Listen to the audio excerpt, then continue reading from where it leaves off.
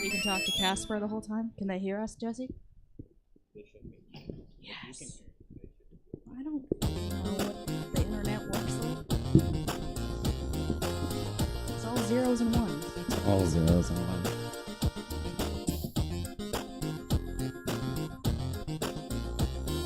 Milk, I was telling Jesse that I think that Mel is a perfect guest for Domain Daddies. I'm not on any drugs right now. It's crazy. Wow, look at us. Going a week. I need to Silver defend from the weed. my movies. That's taking a tea break. Yeah. I was like, I got way too high a couple days ago. I was like, you know what, buddy? Maybe it's just I'm way too high. I handed out like edibles at my rap party last night, and like everyone was like so wasted off them, and I was like, this is just very normal for me. It's Tuesday.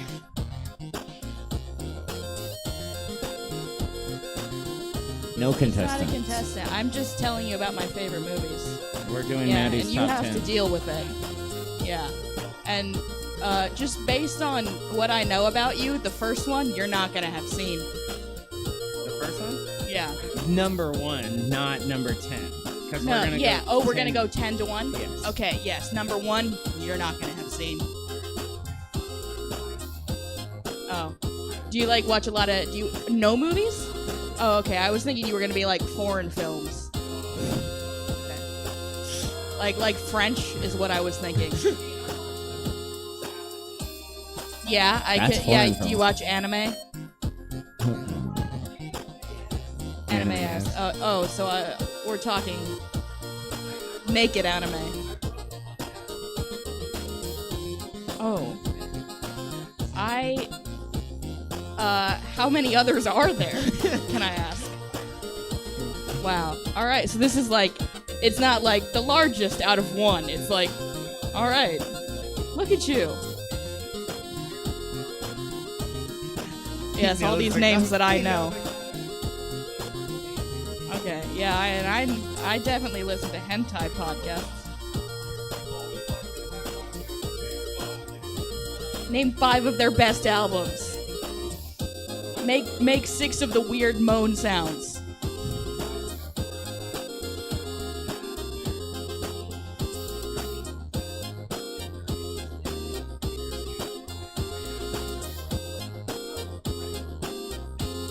Oh man, I got no idea. Almost all comedians.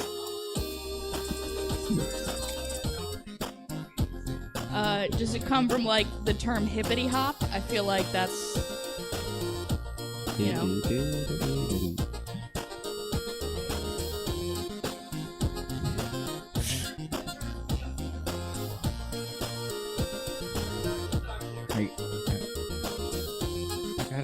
It's a Disneyland pen.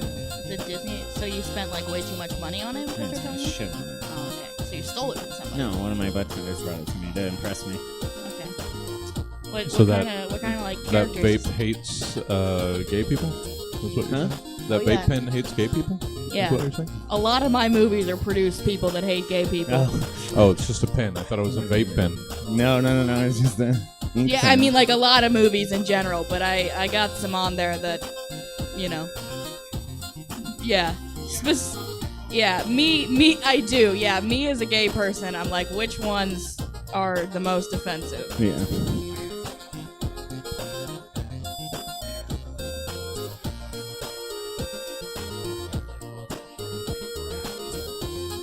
Jurassic World, not Park?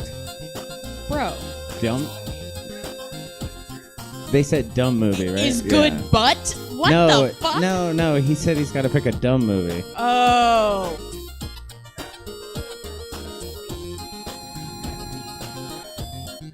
So you're just wrong about things? That's a film hate crime.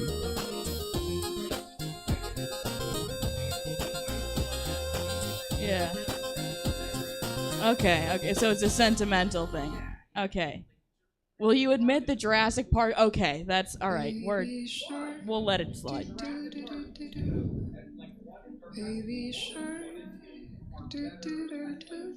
I haven't seen. Oh, Milk. I don't have the time, but you're so wrong. I haven't seen. Every I saw one of the first three Jurassic is a World. perfect film. Jurassic World is great, and Jurassic World Fallen Kingdom is a trash I fire. haven't seen that one, but because all of the originals are back in the next one, I'm like, well, now I gotta fucking watch this stupid movie so I can see Laura Dern look cute.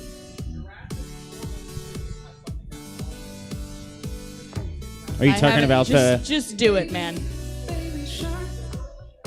No, that's... There's a clone human? Jesus, that sounds horrible. That's like when the fucking Fast and Furious ad had them going to space. You got 20 seconds. We got 10 seconds? 20. 15. You do enough sequels, you're gonna wind up in space. I've always said that. I've said that for a long time. That Do is enough true. sequels, you'll wind up in space. Well, Buzz Lightyear. Well, I mean, like the Ice Age movies. You wouldn't think the Ice Age movies would wind up in space, go but to they space? did. They Yeah. do. Yeah.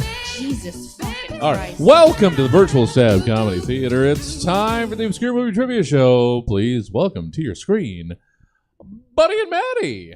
Ooh, welcome to the virtual stab audience if you are at home, and the physical stab audience if you are Milk. Woo! I'm so glad to have everyone here. If you are joining us on one of those outdated platforms like the YouTubes or the Facebooks, and you want to get a little more interactive with the show, head on over to twitch.tv/stabcomedy. Over there, you will see the amazing chat. Some of our favorites already in there. We had a wonderful raid by Jess, one of our all-time favorites. We have in there, we have Digital Dak, we have Switchblade Kittens, Poor Judgment. Some of our all-time favorites are here. Thank you guys for joining us. We have a little bit of a different show today. If you are there on twitch.tv/stabcomedy, or if you're heading over there right now, make sure that you go ahead and give a follow. That way you're up to date on when Stab's going live on Twitch. It's a really nice way. Also, if you want to support a little bit further, you can give a subscribe depending on what platform you're using. It does cost between $5 and $6. But it's a great way to directly support Stab, and it's a great way to keep shows like this going. So we usually do obscure movie trivia, which this is still obscure movie trivia. However, we have a little bit of a different format. We have done this a couple times before, once by myself and once with one of our competitors, our champ Jess. And what we decided to do was bring another one of our favorites on, and she is my favorite comedian. I'll say it out loud. She's my favorite, and she's also been killing it every time I've had her on the show, especially the last couple times. So I've really wanted to pick her brain about her favorite movies. So what we're gonna do is a top 10 favorite movies of my guest, Miss Maddie Nashimi. Welcome to the show. How are you doing? I'm here. I'm alive. I've been shooting a short film, so I've been up at like 4:30 to 6 for the last 4 days. We'll see how this goes in terms of me being funny. Well, funny is not the thing we're looking for. This is but entertainment. it's entertainment. I'm trying to gotta throw some punchlines in there somewhere. It will be. Your mom wanted to say hi. Says hi to Buddy and my daughter. I love that. Okay. Your mom's the best. Your mom makes I like the how best she quotes. put your name first. Yeah, because I'm the host. She did just see me. So. Shout out to the best quilt maker in the town. How's everyone in the chat? Glad you guys are amazing. Why are we fighting kittens? I don't know where we're at right now. Kung Fu Panda is probably going to space eventually. Jack Black is they're like timeless. making a TV show or something, right? I thought I saw that. I love that. Kung Fu Panda is great. More Kung Fu Panda. Thank you, Jess. My hair is amazeballs. It's very sweaty because it's the first. Don't encourage him. No, they have to encourage me. That's their job. Encouraging him. Anyways, Maddie, it's so glad. It's so good to have you on here. You are making a student film right now. You said you just wrapped yesterday. It's not a student film. This is a real person's film, and I'm just doing it. This is amazing. Okay. Well, I'm super excited to see how it comes out because a couple of people I know have been working on it, including yourself, and I know it's going to come out amazing. So follow Maddie on all the socials in order to find out when that's all coming out and stuff. Yeah. And also, what we're going to do is we're going to go one by one through Maddie's top 10 favorite movies. Poster will probably pop up, I'm guessing. Yeah. And then we're just going to talk about them. And we've done it before. It's been amazing. Other parents said my favorite redheaded daughter. Yes. Because when I see him, I'll be like, hey, it's your favorite daughter. And he's like, yeah, redheaded one. Nice. Good dad move. Yeah. Good dad move. Also, coolest dad in the world. So glad to have you guys in the chat. But Maddie, you took a little bit of time to like put this list together, which I think is cool. Was I supposed to send it to you earlier? I totally could have. No, it's fine. I asked for it late specifically because I didn't want it like ahead of time, like too far ahead of time, of course. Because I was like, I don't want to create. Too far ahead of time by it. It was like you texted me like midnight last night. Don't talk about how underprepared I am. Okay, let's not do that right now. But no, I just didn't want to have a lot of time to prep everything. You were like, I've probably seen these movies, so it'll be fine. We've talked about some of them before, actually, and I'm excited to go a little bit further into them. Wrote a couple of little notes about each one, so I'm excited to get into that. Are you ready? Ready as I'll ever be. Ready as you'll ever be. You're so excited to do this. So what we're going to do is we're going to go in descending order. So we're going to go 10, 9, 8, 7, all the way to 1. Basically, these are Maddie's top 10 favorite movies. And if you have some favorite movies in the chat, let us know. Of course, the chat's blowing up already, which I love to see. But yeah, shoot your favorite movies in the chat, and we'll talk about some of those as well. We should get a buddy's hair emote. The hair emotes itself, you guys. But the first one we have up, number 10, is what, Maddie? I don't remember, honestly. All right. I know number 10, Maddie has The Breakfast Club. I do remember that. Yes, that's a great one.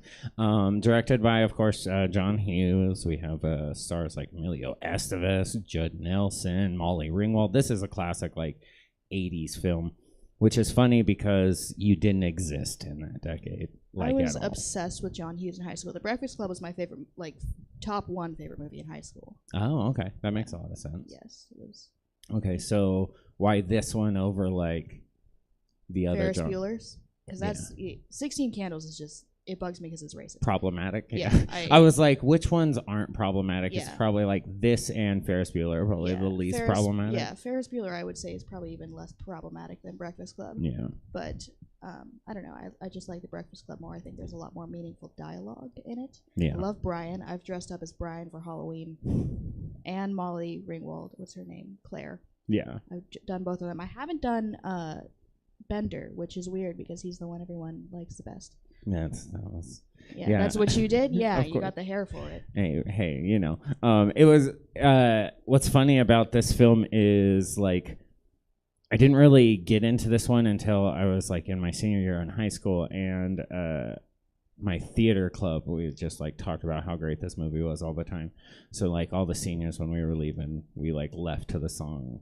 Oh. At the end. Yeah. Mm-hmm. you guys all do that? It was the cheesiest garbage of all time. Yeah, absolutely. That's super nerdy, but it's okay. But I had the most fun doing it, and I love this movie. So this is a great choice. Like, it was your favorite movie in high school. So as you've gotten older, you've matured, and the rest of the films have kind of and more movies have come out. Yeah, you that's know, for sure. That is true. You've got a lot of I've newer got a lot ones, of which I newer think is movies. cool. Yeah. Yeah, the future is now. The future is now. I do see some movies already in the chat. We have Jurassic World, Milk. Dude, I'm really disappointed in you. Milk's allowed I to thought like you were Jurassic. cool. Milk's allowed to like Jurassic World, but I really do question anybody who likes Jurassic World 2. It is a mess. They're like, hey, what if we take this cool thing of scary dinosaurs and try to make it a horror film? What? No, please don't do that. Stop. Scary dinosaurs. Dinosaurs are scary on their own. They're eating people. You don't need to You don't- put it oh, in you mean, a like, mansion. Make it more scary. I see what you mean. Exactly. You don't need Okay. a scary the hybrid appeal to raptor. Jurassic Park is kind of that they're fun. Yeah, exactly. I also My see favorite Big Hero line 6, in- which I love. Big Hero 6. Big Hero 6 My rules. favorite line in Jurassic Park is when the little blonde girl is like standing there after the people run away, and she goes, "They left us. They left us." Oh, I love that. I love that. The Big Hero 6 is great. Jurassic Park, all the Jurassic Parks are good, and Jurassic World is decent.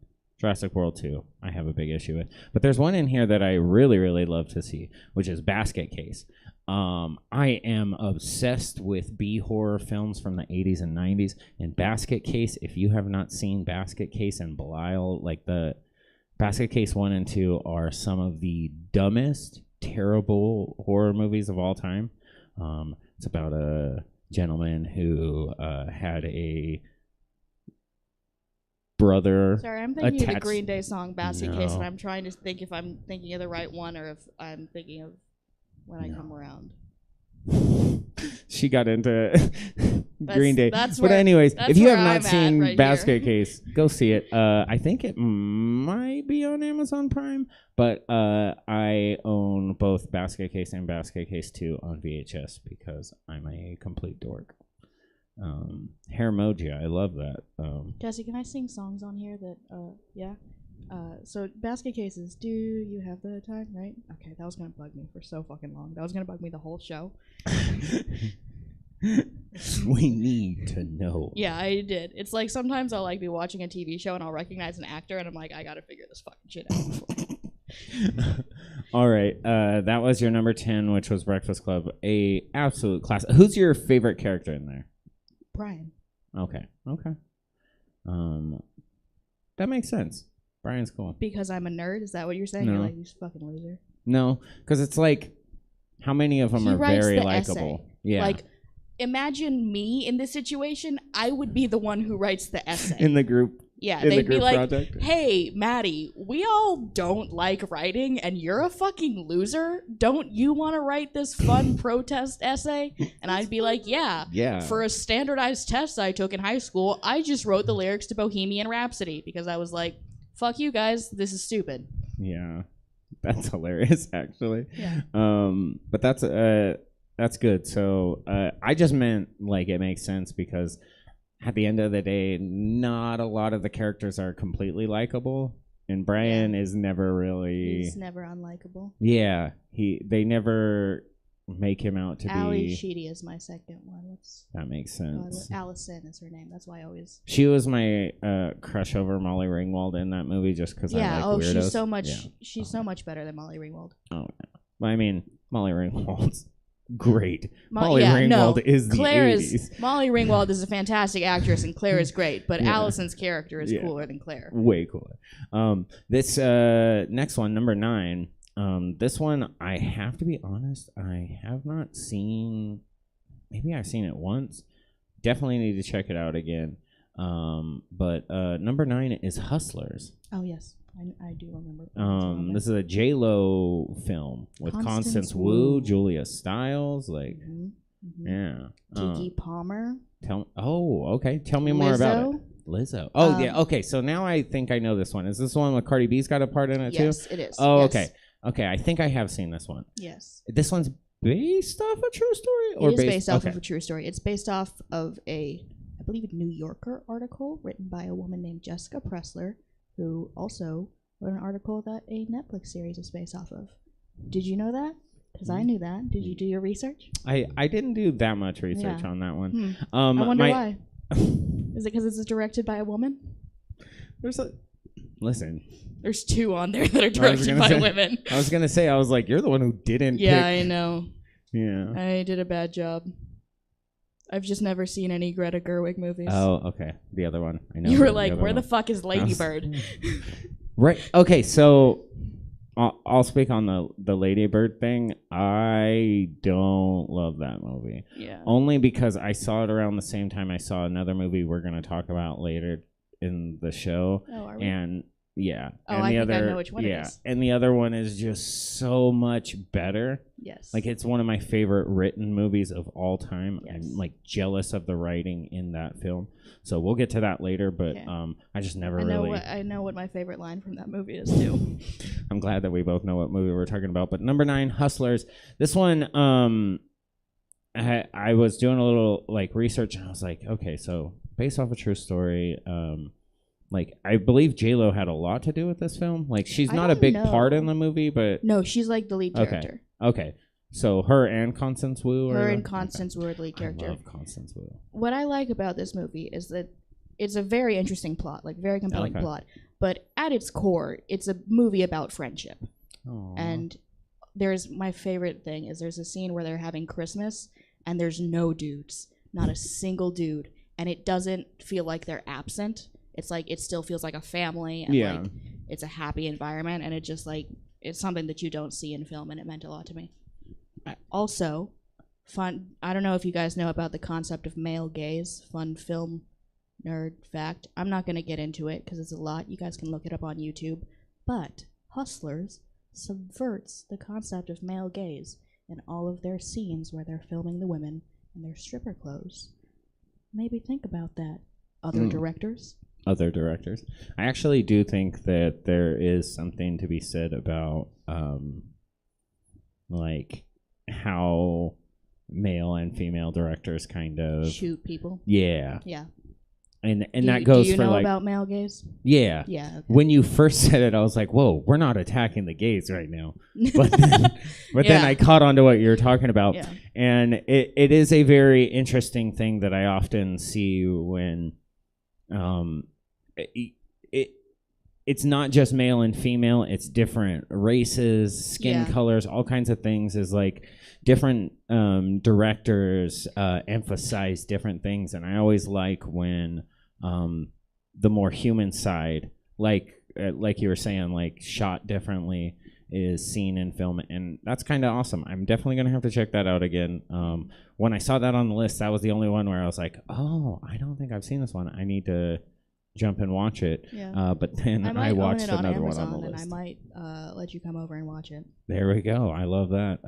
I was like, I don't think it's on any streaming services for free. Oh, damn.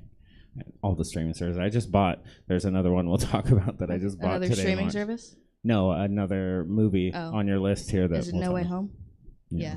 I pre-ordered it. I bought it today and watched it this morning. I haven't watched it yet because I was doing shit. You've been working. I was working and I was doing finals. Oh my god, finals were a nightmare. Nobody go to school. This is Maddie's PSA. Don't stay in school. Leave school. It's not fun. Leave. We support the no school movement here at the Obscure Movie Trivia and Show. Stab tacitly endorses that you should not go to school. Jesse hasn't. He doesn't know this. He's nodding off to the side. Real life experiences, everybody. Yeah, go out there and get life experience. Yes, thank you. I have 2 degrees, neither of which I will ever use in my life. Anyways, number 8 is this one's a surprise to me, not because of the movie, because I know your love for this movie. However, I know you're actually kind of into horror films, if I'm correct. I am, yeah. Yeah, and this seems to be the only one on the list. So number 8, we have Midsommar, or Summer. Why did you say it Midsommar? Midsummer. I just hate the way it's spelled. It's spelled in like the way that it's spelled. I know. Listen, I'm not. So you want to whitewash this movie even more than it's already white? Hey, the director's white, I know. But it's like, like cultural. Ari is... I don't know, actually. I've never seen a picture of that. Ari Aster is not white. They're not white? He Is is he? mixed. Okay. Uh, Why did he make a movie about like white people? Yeah. It's definitely it's definitely anti. Yeah, that's true. I mean, it's not anti-white. It is anti. But is the black guy the first guy to die? I think so. Yes, I think that's I'm also trying to a think. statement on. No, I think that is true. Yeah, it's been a while since I watched this one because last summer. No, actually, it was last summer. No. I rewatched this one with its counterpart. What are you looking at? I'm trying to think of William Jackson Harper's the first one who dies. Yeah. Yeah. Okay. Yeah, I don't want to go like the. You don't chat wanna will talk definitely about tell me this? if I'm- No. The Oh, chat will they- tell me if I'm wrong, but I'm Okay. like, yeah, that's for Because sure. there was didn't the wanna... couple that I don't know who either the actors were, and I thought maybe they died first. Chat, if you remember, please let us know. Yeah. But yeah, Someone go check the IMDb page. it's very much one of those horror films that's a commentary. Yeah. And is this like, as far as horror films, is this your favorite horror film? That's my favorite horror movie. I would say Us cuts it really close. Oh my god! But Midsommar, like, I watched it with a lot of my friends the first time I saw it, and it was kind of like a bonding movie for us, so it like means something more to me than just the movie. But the thing I like about both Us and Midsommar is that they're these very horrific movies, but they're set in these beautifully bright, sunny places. Yeah. And I think the contrast between the two, like this bright, sunny landscape and just like dark, horrible things happening, is just very compelling and interesting. Yeah. And if anything, this movie will definitely steer you away from wanting a relationship at all. Yeah, and I made my mom watch it with me. She hates horror movies, hates them. And every time like one of the deaths came on, I was okay, like close your eyes now. You don't want to see this part. Oh, that's so adorable. Yeah, Oh yeah, my like on the part where they jump off the cliff, I was like, you don't need to see this. You're like, close your eyes. Yeah, I was like, this is Did not- you make her watch Hereditary? No, nobody. After she saw Midsommar, she was like, no. Never again. Yeah. Hereditary. And I think Hereditary is like a lot worse than like the piano wire thing. That thing, oh, hate that. Ugh. No, it's the. Yeah, the piano wire is tough, but now I'm just thinking of like That's the some part that poor bugs- lady seeing the. Oh, you mean like the the- pole for the first time? Yeah, Yeah. yeah. But That part's bad too. But Midsummer is. It's the sound that bugs me though with the piano wire. This was the first movie that introduced me to Florence Pugh, and she is one of Yeah, my me too. all-time favorites. Yeah, She's I mean, amazing. we got some. Yeah, I was just about to say she's amazing in Black Widow. Yeah, She's amazing. she's amazing in Hawkeye. Hawkeye. She's amazing in Fighting for My Family. And if they do decide to do her and Kate Bishop. Oh movie? my god, I want Oh that my so God. bad. TV show or movie, give it to me tomorrow. Disney, you already have all my money, but have more of it. Yes, Um, I'm really excited for the Echo solo series. yeah. Yeah, I love her. I love her in the comics too. I love everything they're doing TV wise, even though Yeah. it's streaming. It's not totally TV. But Daredevil Midsummer season 4. Yeah. Midsummer is one of those thinker piece horror movies, and I love those, but I'm also a total fanboy for dumb horror, like Yeah. slasher films. I'm not. The Scream films will always be my favorites. The newer one is a modern version of the older one. It's so brutal and updates a lot of the issues that would be happening if you took that movie into this time. So I love it. Sarah tells us her bestie is literally writing a Kate Bishop, Yelena, and Peter Parker as roommates story, and it's glorious. I love that. Sarah is amazing. So glad that you're on here with us. Is Thank this you like for a joining fan us. fiction that I can read, or do I have to like wait till it gets picked up? Yeah, let us know, Sarah. We like to read. I'm a big reading fan. I don't like to read, but I like to read. I do like to read fan fiction. I don't like to read. I don't know the distinction. The distinction is that every time somebody in a class is like, "Hey, read this," I'm like, "Fuck you." But anytime somebody's like, They're here's like, Peter hey, Parker they're like- and the Green Goblin Yeah, 69ing yeah. each other. I'm like, Maddie's absolutely. like, I'm there. Yeah. Jess says that dating sites have already scared her off dating. There's a billion of them, and they're all terrible. And I don't like that they ask you for your astrology sign. just make one up. Yeah, but what? I yield. But let's move on to number 7. Number 7. I love that this is in your top 10 films. I'm pretty sure I remember which one this is. Yeah. This one is definitely for Dad here. Yeah, it is. Number 7, we have Top Gun, directed by Tony Scott, of course. We have Tom Cruise, Tim Robbins, and Kelly McGillis. Oh, Kelly McGillis. I don't think she's that hot. Okay, so other than being wrong, why don't you tell us about Top Gun and why it's in your top 10 favorite movies? Mandy? Top Gun is in my top favorite movies because my dad and I have watched it together many, many times. It's his favorite movie. It's like a bonding movie for us. My mom and I would say is The Sound of Music. It didn't make it because it's a musical and like that's a lot to take in sometimes.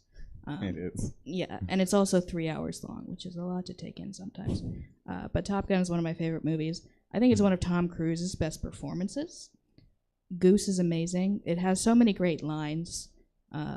Like not like good lines like, oh, it's meaningful dialogue, because it's not. But good lines like it's like, haha, that's iconic. Like, I feel the need for speed. Yeah. Yeah. Absolutely.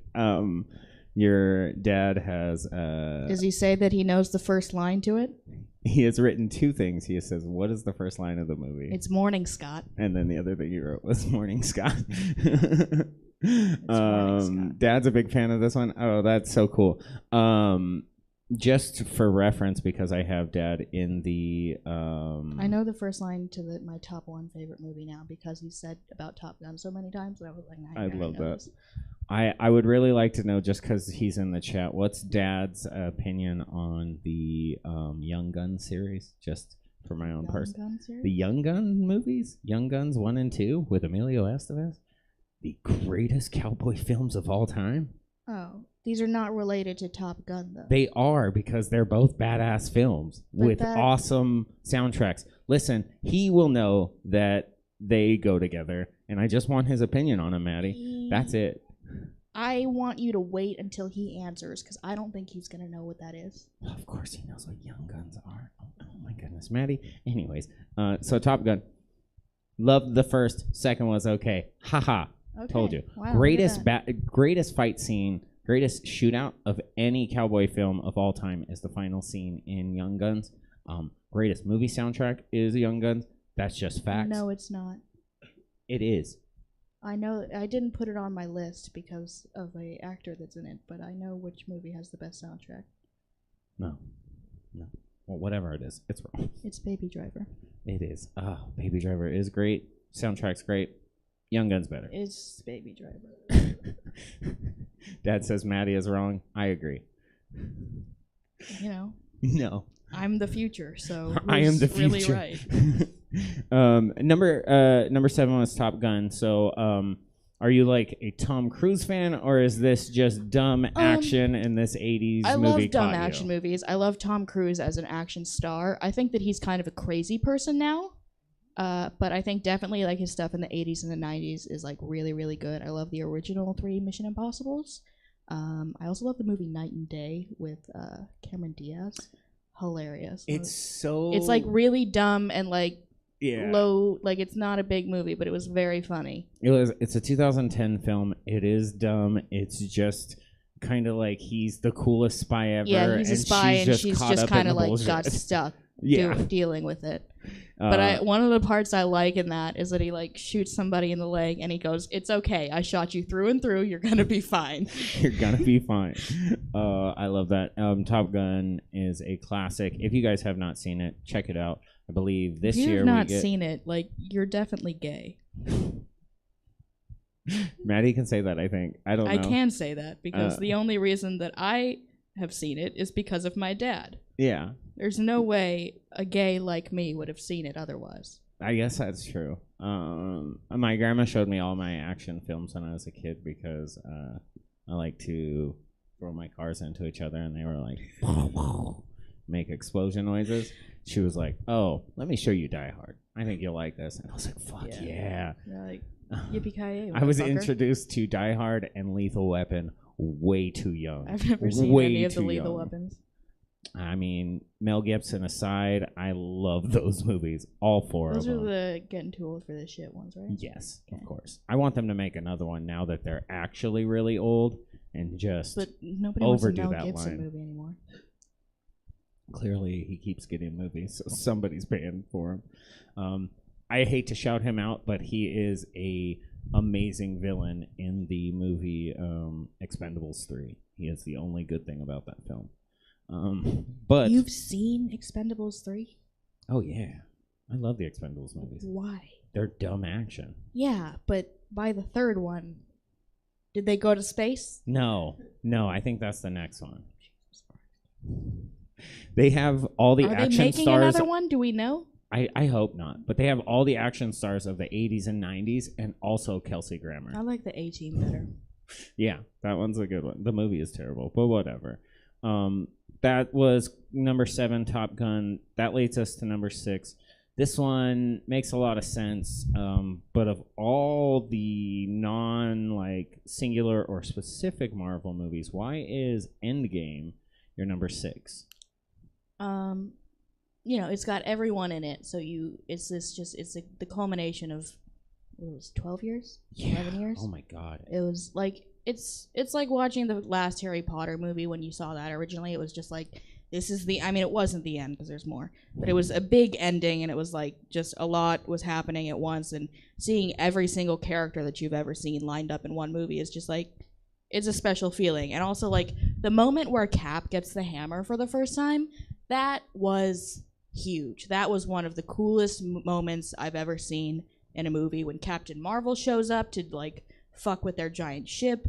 That's awesome. That was like, it's an incredible, like, going to that movie on the first day it was opening was like a cultural experience for me. Yeah. It's it is really amazing how they were able to pull off all of those films and all of the little tiny threads within those films and make and maintain a movie like the characters well. And it makes you go back and appreciate films like Thor: The Dark World and other films that got kind of shit on through the Marvel world just because they weren't as top tier as all the rest of them. But for certain, that one, and I would say Avengers 2 probably got the most love as far as like making you want to go back. Age of Ultron, making you want to go back and like check those films out, because this movie definitely like makes those more worth it. My favorite of like the big ensemble movies, even though it's technically a Captain America movie, is Civil War. I do like Civil War a lot, but the Guardians are my favorite, so because there's no Rocket in it. Yeah, that makes sense. I know. I mean, honestly, this makes so much sense because of just, it is the culmination of a story we've all grown up with. Yeah. For me, Civil War, just the small the story scale, is kind of better. Yeah, the small scale big fight is so amazing that they were able to pull that off. Yeah, and like the concept of Civil War it's a very interesting concept to think about, like in the fictional world of superheroes. Yeah. Okay. Yeah, that is true. The Russos pulled it off, and like the whole Marvel universe is kind of. They don't have any other Marvel projects lined up right now, right? The Russos? No, I don't think so. I hope they get Captain America again. I was gonna say. Yeah. I would like to see them do it more. I really want Marvel to pick up the Duffer Brothers. Marvel, if you're listening. Yeah. I know that you're listening to this tiny little movie trivia show, and you care what me, a girl in sweatpants, thinks. We have one of our favorites, Sarah, in the chat. She wrote her top 10, and some of them on here are amazing. But I do have to say a couple of them that I want to just talk about real quick are her Little Shop of Horrors at what I believe is supposed to be 3. That movie rules. I just got the original version too, which I love. And then Shazam being your number 1 is amazing because that one is a very underrated superhero film. Love Shazam. Absolutely great choices. And honestly, all of those. Encanto, fucking Ant-Man, all of them great. Love Encanto. National Treasure. I love National Treasure. Oh my god, best Nicolas Cage movie. Yeah. And she even has Venom in there, which is funny because that one's one of my super guilty pleasures. I hate that movie.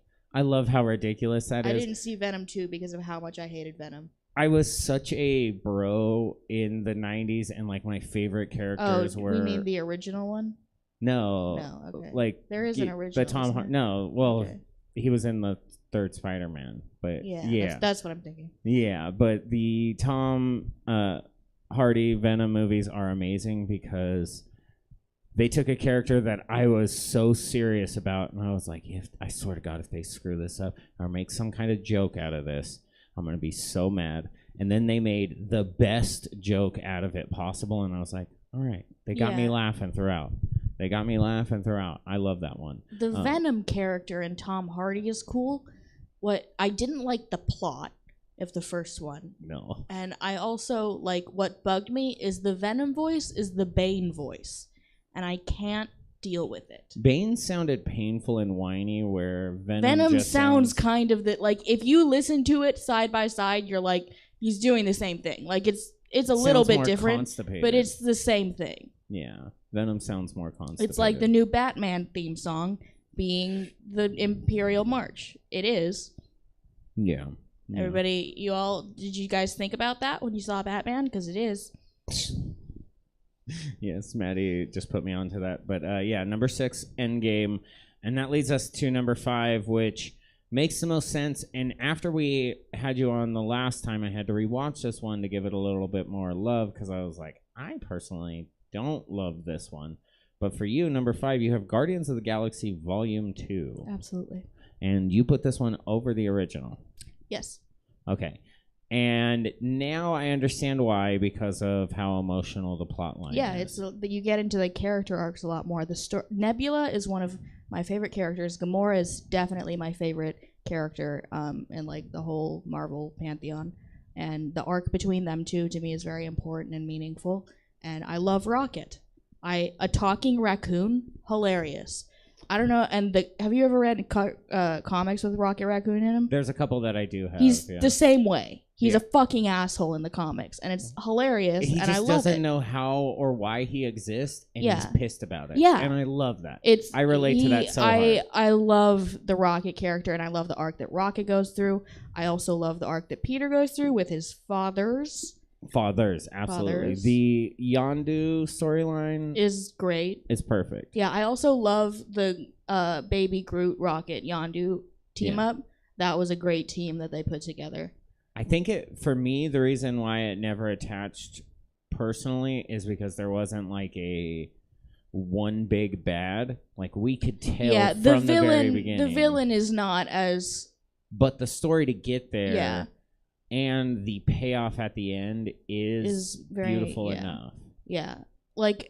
At this point with Marvel, kind of, I know the action's going to be good.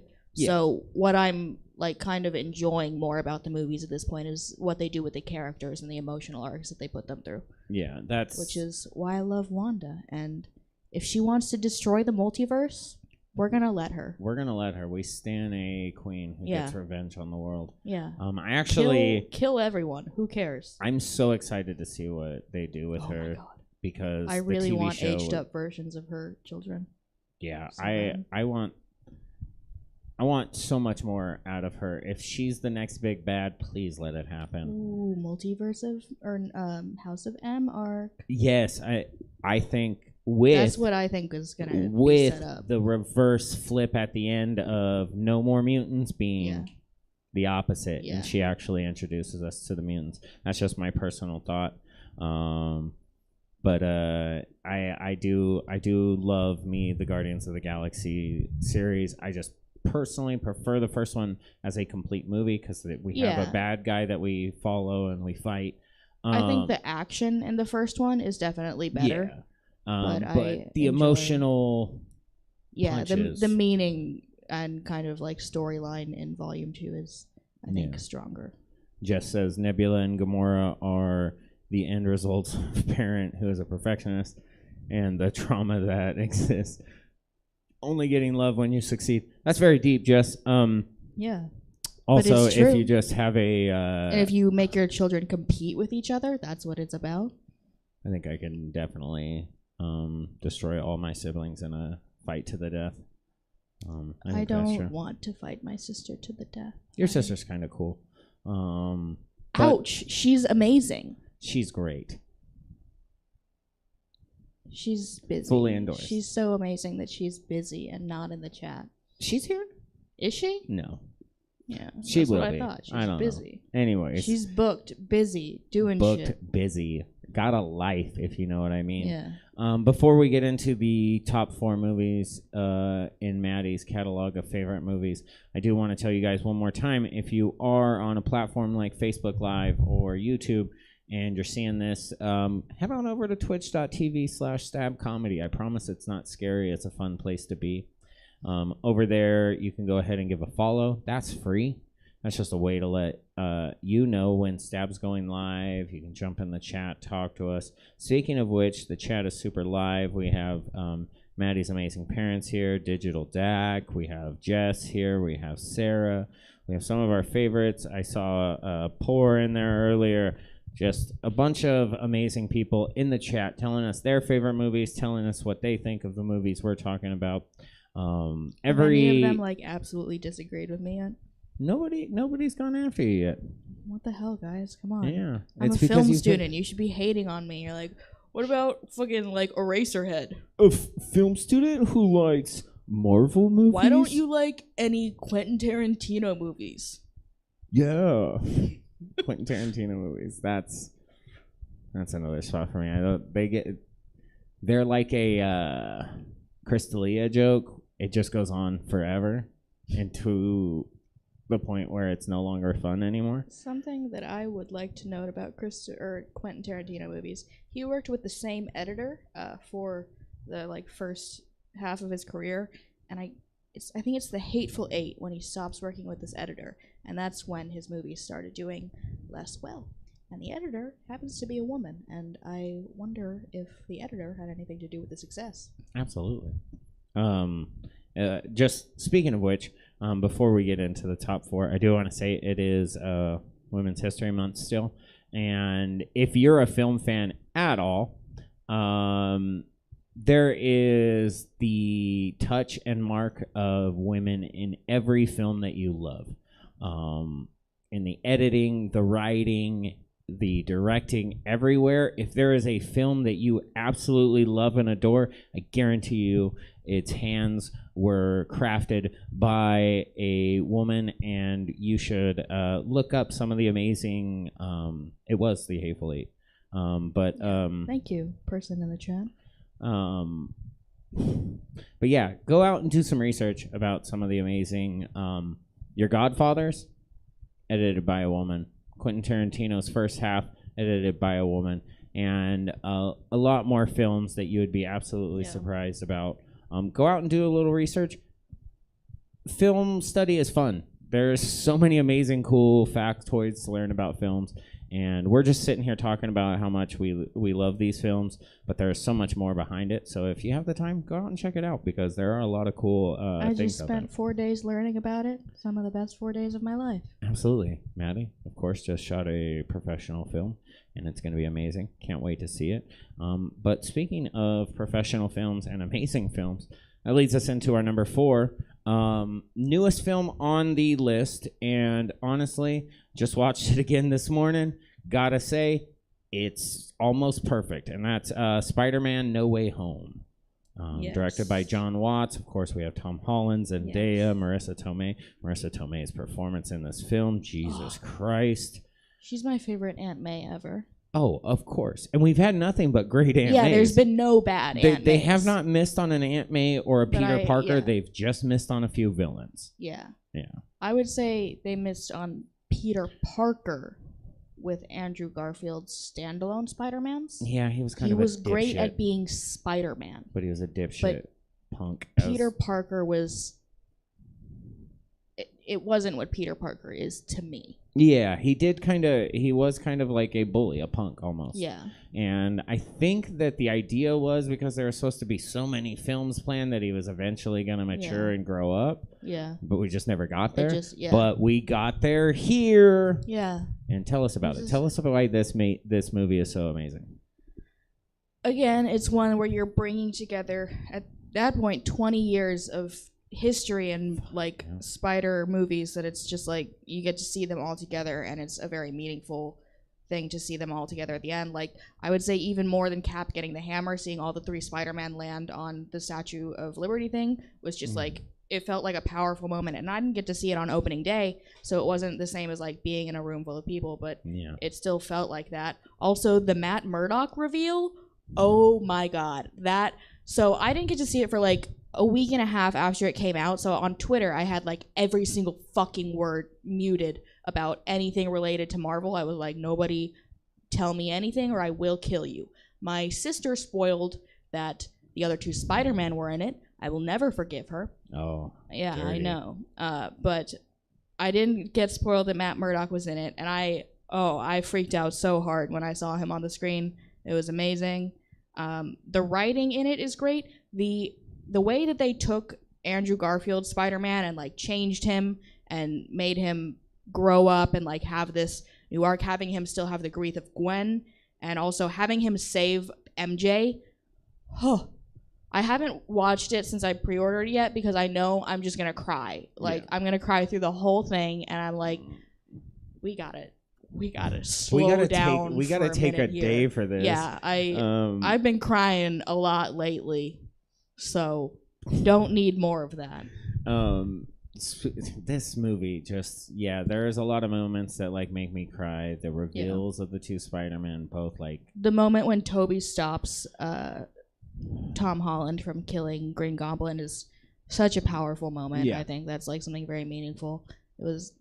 There's not a bad part of the movie. Yeah, and it redeemed for me, the biggest one for me, I've talked about this so many times if you've watched this show, but the only movie I have ever in the history of movies walked out of in the theater. You talked about this for like 5 minutes when we went and saw No Way Home together. Is The Amazing Spider-Man 2. It's such a bad movie. They just take 2 really good actors. Yeah, the way Dane they took DeHaan. Electro in this movie, also way better. Like, not just with the action sequences, like with the character. And just as a human being, they didn't make him some caricature and then try to go, oh, but now he's badass because he got bitten by he fell into a vat of electric eels. Which they joke about. You gotta watch out where you fall. I love the in-jokes between the villains because that's never happened before. And we're supposed to, like, at the end of the day, we're rooting for Spider-Man to change these people's lives. You're we're not rooting like for the villains in a certain way. Exactly, except for Green Goblin. Fuck that guy. I was hoping that they were gonna like set it up for the Sinister Six. Honestly, though, I think that's kind of what it was. It's like leaning towards that, but it hasn't happened yet. Exactly. What I love about this film, though, beyond just how perfect it is that it sets up a world in which, like, we could have the Miles Morales story through Andrew Garfield. Oh, the Miles Morales tease that they did was also super. That's why I'm thinking Sony could just pick up the Andrew Garfield world and continue it there. Keep Tom Holland in the MCU. They've already announced a Madam Web movie. Right? Like, Tobey Maguire could make appearances. Like, they've set up a world where all things are possible, and without making it seem like, oh, this is too much. And that was my biggest fear with this movie. Every time we would see a commercial, it was just like them showing us, there's a lot of bad guys in here. You guys remember all these bad guys? And I was just sitting there thinking, man, this might be bad. Yeah. And then the moment the movie started and we get right into the action and we're on that the freeway. We're on the freeway within like what, 20 minutes? Yeah, quickly. Maybe a little bit more than that, but it feels Marvel so fast. Marvel is very good at starting a movie fast. Yeah, and we just kind of got into the fight sequences and we got into the story. I love No Way Home. It's a great one. If you guys have not checked it out, of course, make sure to do that. My number. There's another movie coming up that's a Spider-Man movie, and for a long time I was like, this is the best one. But I do think like I have No Way Home lower, but I think it's better. It's just not my favorite. Yeah, and I know, yeah, we're gonna get there in a second, but let's get to number 3, which is one that the two of us both share as a favorite film. Just, it's such a perfect film. But number 3, we have Booksmart. Yes. Directed by the great Olivia Wilde, who I first saw, I believe, Speaking of, she's supposed to direct a Jessica Drew Spider-Woman movie. They announced it, and then they just, like, haven't done anything about it since. And I'm like, where the fuck is this? I'm waiting. Also, please cast Daisy Ridley. Ooh. Right? I love and all Jessica of that. Drew isn't even my favorite Spider-Woman. No. But I love that. But Olivia Wilde, who I first saw in House, I believe was the first time. Yes, yeah. same. Yeah, I think that's where I first saw her. Amazing actress, great director. This film is, I've said it enough on the show, but to me, Booksmart is the more intelligent, better written version of Superbad. And it's one of my all-time favorites. So go ahead and tell people like why Caitlin Dever's Beanie Feldstein. Is it Stein? Stein. I don't know. I never know. Yeah, I'm not too positive, but she is just so perfect. She's hilarious. She is great at coming of age movies. I want her to like never get older so that she can just keep doing coming of age movies. Like when she's like 40, I want them to be like, hey, you want to do like a coming of age movie where you're like doing menopause coming of age? That'd be fine, right? She's quickly pushing 30, I think. Yeah, but she is she looks very young, but it's still like she at a certain point they're gonna be like, you can't play a teenager anymore. You gotta start playing 18 years old. Yeah. She's amazing. Caitlin amazing. Devers in this one. We've kind of like, if you've been watching films and TV, you've been watching her grow up, kind of. Yeah. And then to see her in this film where they do get into some very, like, to me, she does some very like real acting in this that like you kind of haven't seen from her before, and it's like it's very impressive, and you get to see what she's capable of. She has my favorite line in the movie, which is when they're high on like the strawberry Asian waska. They're like, she's talking, she's like high and she's freaking out, and she goes, "One time I threw up and my mom caught it in her hands because she loves me." And it's so funny. I love it so much. I think, oh my god, I love the writing in the movie. Yes. I love the directing in the movie. I love the cinematography and color grading so much. This is the one I was talking about earlier, where it's so well written that I'm jealous of how like it's written. There's like no bad part of the movie. During their fight scene, when they mute the audio so that you can just see them yelling at each other, I think that was a really great way to do it, and it made it feel a lot more powerful. Yeah. In a certain way. And the speech that Beanie Feldstein's character gives at the end is just very sweet. She has a line where she goes, "And this part is over now, and that's so sad." And to me, that's very simplistic, and it's like, but at the end of high school, that's just what it is it's like, it's over, and it's not sad, but it is sad. It's like, this is the end of something, and endings can be sad. Yeah, and this one does a good job of like peppering in so much laughter. Yeah, it's so fucking hilarious, but there's still these like very great meaningful arcs. And this is another movie that at its core is about friendship. Exactly. And friendship movies are just something I love. Right? I agree. I think a good friendship movie where the friendship is not like super toxic. Like, I love Superbad. I say that this is the better written version of that film. But the thing that I do often go back to is they are like really shitty to each other in like for no reason. And then all of a sudden we're buds again. Yeah, like Scott Pilgrim almost. Exactly. And as much as that's like a thing that does happen with friends, this movie definitely like handles they have a fight with friends, but they make it work out. They make it like talk through it. They talk through it. Oh my goodness, have that's a conversation crazy. And they reconcile and both apologize to each other. That's a very important thing in your life, to apologize to people when you make mistakes. I don't know if you guys know that. It's not that hard. Like, it's a hard thing to do, but it's not that hard. You just have to say the words and mean them. Yeah. And people will feel better when you do that for them. That is absolutely true. Again, Olivia Wilde, let her direct Absolutely more incredible. Stuff. I can't remember the name of the writer right now, but they have like another project lined up together. The next movie that Olivia Wilde is doing, the one with Florence Pugh in it, is the same writer. Very excited about that one. Also excited that Olivia Wilde, she had Jason Sudeikis in her first movie, and she was like, "Yeah, I'm your boss now, husband." And her second movie, she's having Harry Styles, and she's like, "Yeah, I'm your boss now, boyfriend." Yeah. And yeah, that's a fucking power move, honestly. Absolutely. Sarah wrote in the chat, unpopular opinion, hated Scott Pilgrim. Really? I don't hate it, but I can understand that. I think it's like. I understand when people don't like it because it is very specific and like genre, but I really like it.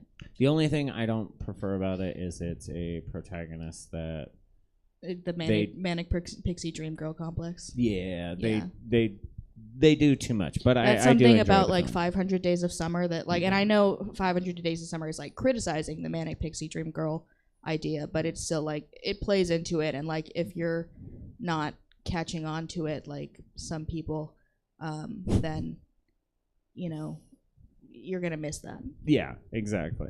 And then that's our third movie. Our second movie is, like we said, there was another Spider-Man movie. This one is Into the Spider-Verse, yes, which is the most insanely beautiful. I watched this movie 6 times last year. Animated film. It's directed by 1,012 people. That's a lot of time. It's directed by 1 billion people, but we have Shameik Moore, we have Jake Johnson, Haley Steinfeld's in this one. Oh my God, Spider-Gwen, amazing. She's amazing. I know she's already Kate Bishop, but if she wants to play Spider-Gwen too, like in the live action, whenever that happens, let her. No problem. We have multiple Spider universes. Let it happen. But yeah, talk about this movie, because this movie, I think, let them know that whatever their idea for No Way Home was okay. Possible. Yeah. Yeah. Like, people weren't going to be like, that doesn't make any sense. Two Spider-Mans? Yeah. There's 2 Spider-Men? Do the point. Yeah. Okay. I read comics. My favorite Spider-Person is actually not in this movie. They're Silk. Shout out. Everybody go read her comic. She's got volume 4 coming out right now. But I love Miles Morales as a Spider-Person. I love Spider-Gwen as a Spider-Person. And I really liked Spider-Ham. John Mulaney voicing a Spider-Pig. Fucking incredible idea.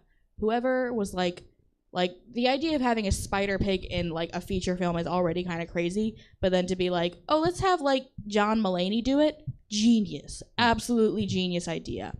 Nicolas Cage being in it is great. He is my Is he your favorite in the movie? Yeah, I love Penny Parker too. Like, I feel like she didn't get highlighted as much. Not enough. But I really liked her. Yeah. I think that each character in the movie like they're all spider people. They all have that mentality, which is, it's like Marvel's hero mentality, is that a hero is just a person who gets back up. And to me, that's a very meaningful thing to like put into what a superhero is, and I like that. And that's like kind of the common ground that all these characters have between each other, is that like they just get back up, but they all have their own separate personalities and own separate ways. And the growth that Miles goes throughout the movie is very meaningful. When his dad like comes to his door and talks to him through the door, I cry during that part every single time. I cry when Miles is on the phone with his dad afterwards. Every single time. It's such a beautiful movie, and the animation style. Oh my God. I love that it was so different than anything I've ever seen before. I think probably just anything that's ever been made before. The idea of like combining this very classic comic book style animation with 3D animation and making it into a feature film is amazing. That's actually one of the things I like about Scott Pilgrim, is they combine this video game like very kitschy thing with live action, and I think the way it was similar the way they did it with Into the Spider-Verse, having the comic book style animation, and it's gorgeous. I said it at the top when I started speaking about it, but it is the most gorgeous animated film I've ever seen. It's crazy the different... Like, Pixar and Disney have done some fantastically beautiful movies, but Into the Spider-Verse is, to me, it knocks it out of the park. It like... I know, yeah. I mean... It wrote a new standard. like I love how realistic Disney has been trying to get Yeah. recently. Pixar I especially, haven't like watched Cars Turning Red 3. When they're Sucked. driving by, it looks like, I mean, the movie's terrible, but when they're driving by, the scenery looks Yeah. real. Oh, their animation is absolutely gorgeous, Insane, and like you but- could potentially criticize Into the Spider-Verse for like looking too cartoon, but I think that's what I like about it is that like That's what I was gonna say too. It's Yeah. fictional, and you know that, so it doesn't have to look real. Yes, it is a insane idea of these worlds just breaking and coming together, and Also, the I art love style Wilson allows for Fisk that. as the main villain. Honestly, that's Mhm. yeah, and they also kind of did a Sinister Six style thing where they had all the villains in one place. Absolutely, The fight scene they do in Aunt May's house is I love that one. beautifully drawn. What was that you just did with your hand? Probably a piece of my hair that was floating in the air. I'm going bald up here. That's fine. But yeah, that it's such a good one. Just as Pixels was cool for video games and movies, I hate to disagree with that. Have not seen that. Pixels is because not of the good way for that it anybody. looked.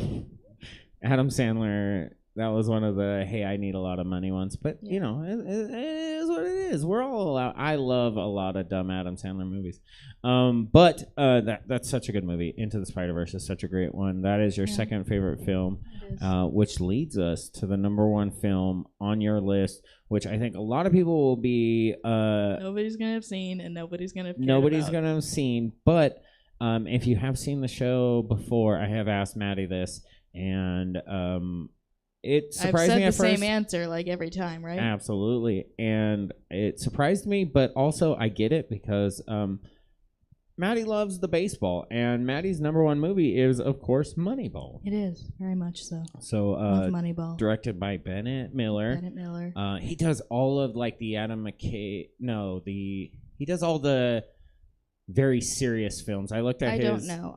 Yeah. The cinematography is Wally Feister, and he does all of Christopher Nolan's movies. Oh, okay, that makes sense. He's my favorite cinematographer. Actually, The Breakfast Club is directed or cinematographed, shot by my second favorite cinematographer, Tak Fujimoto. But I love Wally Feister's stuff, and Moneyball has one of my favorite shots of any movie that I've seen in it. I love the lighting in it. I love the technical aspects of the film, but I also love the story. And Buddy is always like, it's a mundane baseball movie. It's not mundane. He changes the game. Every single Major League Baseball team now, I'm looking at the camera. Is that the camera? Yes. They all have now statistical analysis people who do stuff that Jonah Hill's character in the movie does. They all have that, and it's because of Billy Bean, and Buddy is wrong. Listen, I love mundane. I don't say mundane in that it's a bad thing. I love the movie Draft Day, and I think that's one of the most mundane movies of all time. But what it is it's just this.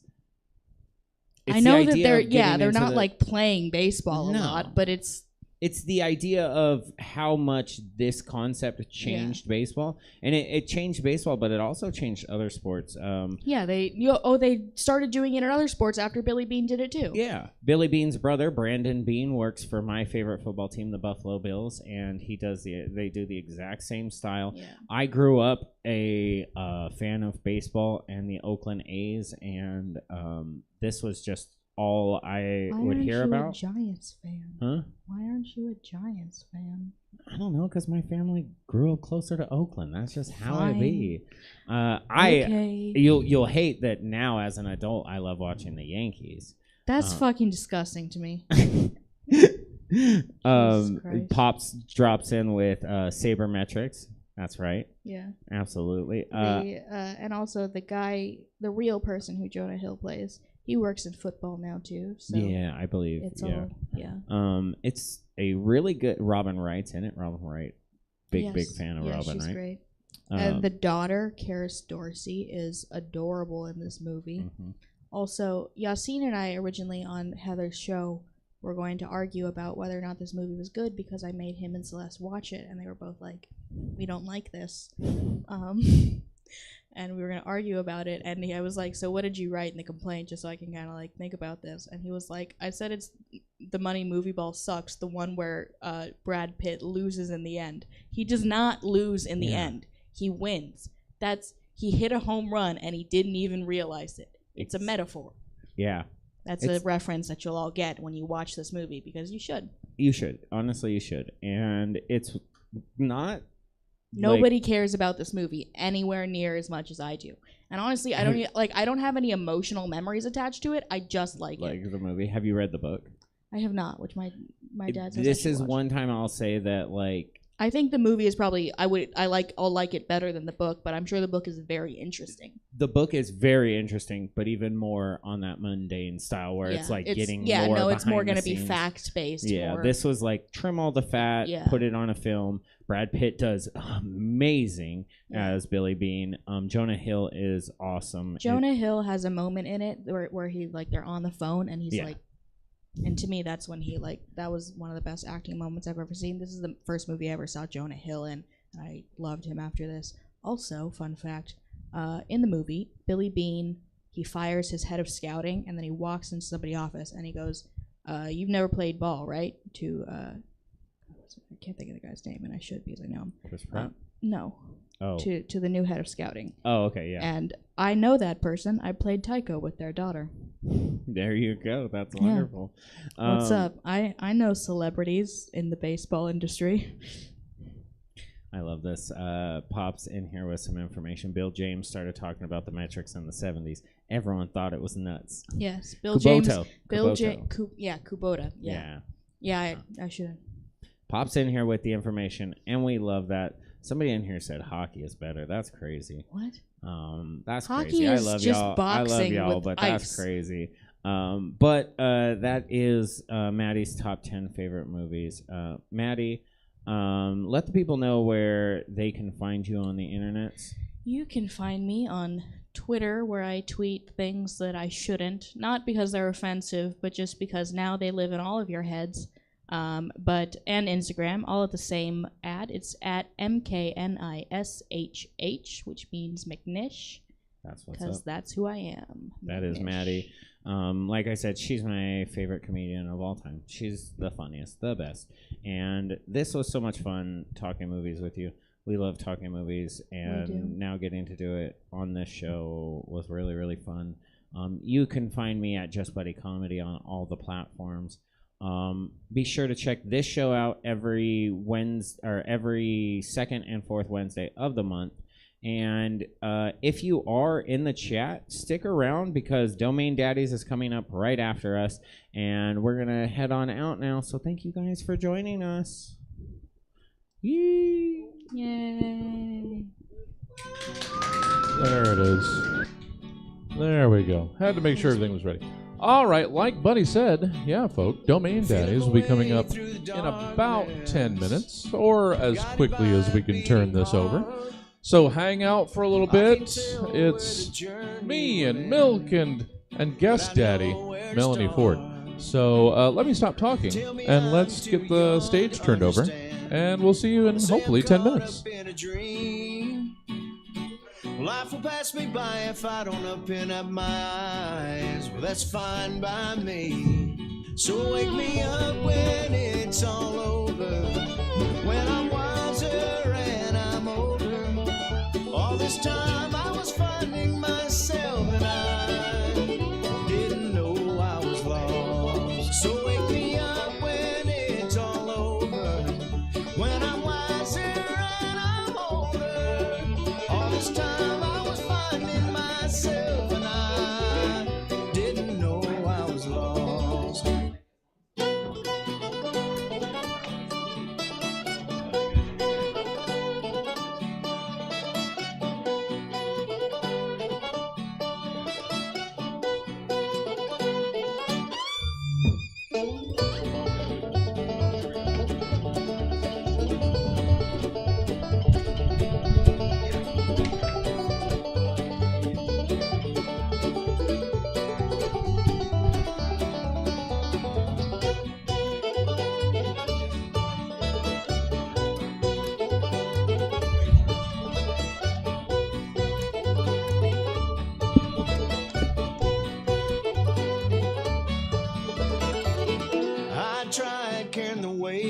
world, but I only have 2 hands. Hope I get the chance to travel the world, but I don't have any plans. I wish that I could stay forever this young, not afraid to close my eyes. Life's a game made for everyone, and love is a prize. So wake me up when it's all over, when I'm wiser and I'm older.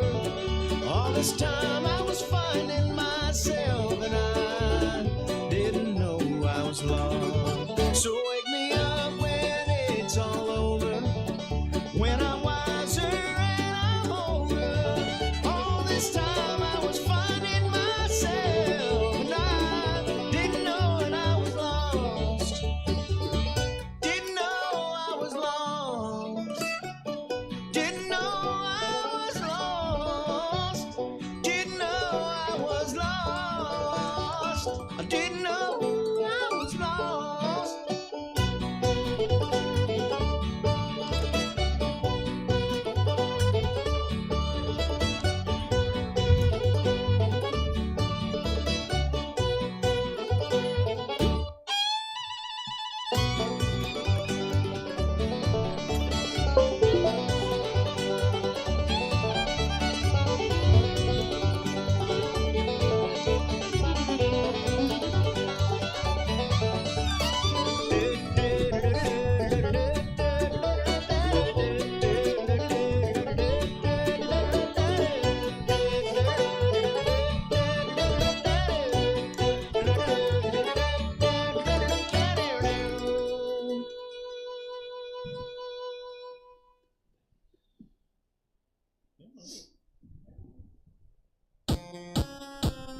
Hello? Alright, trying to copy Buddy's perfect technique of chinning the mic.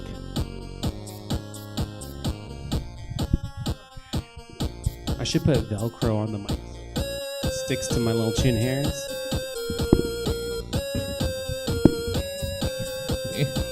Everything is... Okay, yeah, we might be able to do this earlier.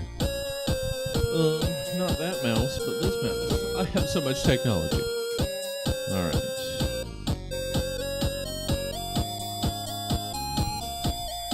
Where is Domain Daddies? Don't I have a... Oh, it's under the original name. URLMAO. Alright, that looks like us. Hold on. Well... Are we set? Wait, was this faster than I thought? Yeah, it's pretty quick. Seems like we're set. Oh, let me change something. Then we'll be ready to go. Did we still want to wait the 5 minutes? No, I don't think so. I don't think so. Don't believe that countdown. You know what? I'm going to change it, in fact. We're going to go to That's a countdown for 3 minutes into the show. Yes. The pivotal moment. We're going to change that to starting in a sec. Actually, let's make sure I sound... Starting... That's right. Starting in the wink of a daddy eye. All right. Milk could be a little... Mel? Exactly. It's the perfect mic check technique.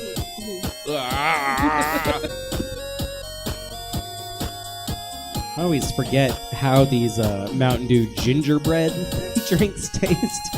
It's not bad, just not tangible. Okay.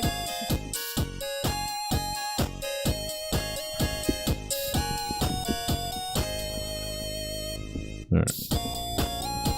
So we've got that. Sarah's back from a pee break, so we're ready to go. All right. Okay. So As long as she doesn't take a 5th shower. Well, some people just like showers. Right? You have a problem with cleanliness? I mean, it sounds like you have a problem with cleanliness. Okay.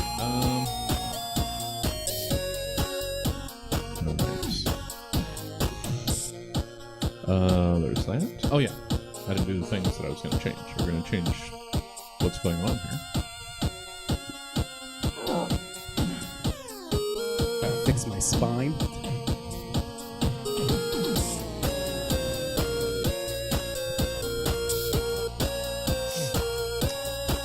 We have the worst tagline. Turning URLs into LOLs. You're the one who pitched. Oh, wait, Wait, who came up with it? hold on. I'm testing the mic.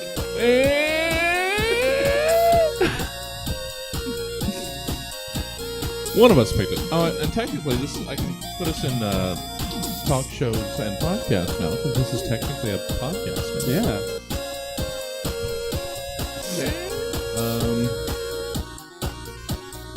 So, you know what? Web development, that's a tag. Yeah. That works for this That's show. what it is. We are web development. We're developing something. Yeah. Okay. So we've got that. So we're in the right category. We've got the right title. I think we're ready to go. Cool. Ooh. Music's done. That ended abruptly. Okay. Yeah. How about we do the thing then? Yeah. Turn off that copyright music. Oh, it's the 8-bit gets us through, sort of. But we have our own theme song. Well, oh yeah, we have to. Yeah. We have to turn this down so that we can hold for the edit. Mhm. Oh, hold on. You know, like a real podcast. Yeah, like semi-professional. So, wait, do we have an intro? Kinda. All right. We can refine it more after this, but so far Sure. it's hey, welcome to the show. I'm Very your professional. I'm your sneezing daddy, Milk Surface. Oh, I'm the didn't even realize I was a daddy, Malford. And I am the daddy on the end. Your end Jesse daddy. Jones. I'm weekend daddy. Ooh, Ooh, no, that's never good. that was a court date. Yeah. So, as always, Jesse has a pre-show website to pull up just to get us started. Do we? Did you already forget? We talked about it like only Well, an hour ago. Well, hold on. It's we still have we have last episode's sticky up. So hold okay, on. clear it all off. What are we supposed to? So let's clear all of these. So We this- had horsejuicer.menu. oh, that one's not even available anymore. Had firsttimemanager.me. Goodenoughh.date. So Facefart.me. good ones, yes. It was, I think it was supposed to be Bussy Cup, but it just, or was it Busy Cup? Was it Busy supposed to Cup. be Busy Cup? Okay, Busy Not everything's a bussy, Jesse. Well, I don't know. Around here it is. Busy Cup and buildasock.date, the site that we ended up choosing. Mhm. We would say making, but so far, third episode, we're down two websites. Our websites are in production. They're coming along. But this is a bi-weekly show, and last Wednesday, Mel did some pre-dadding. Oh, yeah. And I forgot what it was. I keep forgetting what it was. they pitched cockplements. Oh, yes. Which I think we arrived to the fact that this is a website where you submit pictures of your penis, and people type in compliments for it, and then the submitter gets to pick the best compliment. It kind of puts it on the picture like a movie poster, you know, and then that picture becomes a NFT, a non-fuckable token. Right. Yeah, I think we made a safe space for dick pics. Yeah. And I don't think we chose, dick pic positivity. There it is. Yep. I don't think we chose a domain, but I think cockplements.me is probably. Yeah. You know. Cockplements.me. Okay. So there we go. Very We've got our non-exclusive. All genders welcome to post their dick pics. starter. Yeah. Yeah. I'll post mine on there if this becomes the site. You won't know which one it is. It's all anonymous, except it will be wearing my trademark hat. Yeah. Already knit one. Yeah. Just that size. I took some really small knitting needles. Yeah. So We've already got suggestions coming in. okay, so well let's feed off one of those suggestions and hear what Just Melanie spin out thinks of it. that site would be. Let's see, what was the first one? Oh, I've got chat up too. yeah. Bussy Daddy, that doesn't count. And ratemylegs.gov is kind of similar to cockplements, sort of. Well, it's a .gov site. I feel like Well- that's specifying something. I don't think you can get a .gov, though, is the problem. Mm. Like, I don't think you're legally allowed. How about mygov.by? mygov.legs. .legs. One of my favorite things about the show is we have never looked up a list of all the domains, and it's just a delight to find out what's out there. I forgot I'm supposed to. Did you switch know to you can studio. get .dog? Or my favorite, which we have yet to pitch anything for, .golf. I think we pitched one. I don't know. I don't remember. Also, this is the first episode I'm doing sober, so. .legs doesn't exist, just so we know. What about sobriety.golf? Oh, Because I have some ideas already. sobriety.golf. Okay. His name is. I don't like. Already, I don't like using the Google domains. We're gonna have to go back over to GoDaddy. We use GoDaddy to search. We use Google to buy. How about that? All right, we'll give it a try. For those of you who don't know, GoDaddy makes it real hard to build a website. Yeah. Well, I guess in general, it was harder to build websites than we thought. Basically, is what it turns out. Turns out you need a nerd. Well, and also you have to pay more. This show doesn't have a budget. We're already spending upwards of $6 a week. Yeah. Wait, hey, I'm sorry. The last time I built a website, they were still getting made in HTML. What do you mean you have to pay more? Yeah, if you want to submit HTML, you have to pay like a building site fee. So but for a lesser fee, you can use like WordPress or something, and then just. Yeah, Okay. yeah. I've tried to convince Milk that we can just be making these WordPress sites, but And they by want to make it convince- more difficult. And by convinced, Jesse means he said that sentence to me and didn't explain how couple to do times, that. Anyway, Mel, what do you think sobriety.golf would be?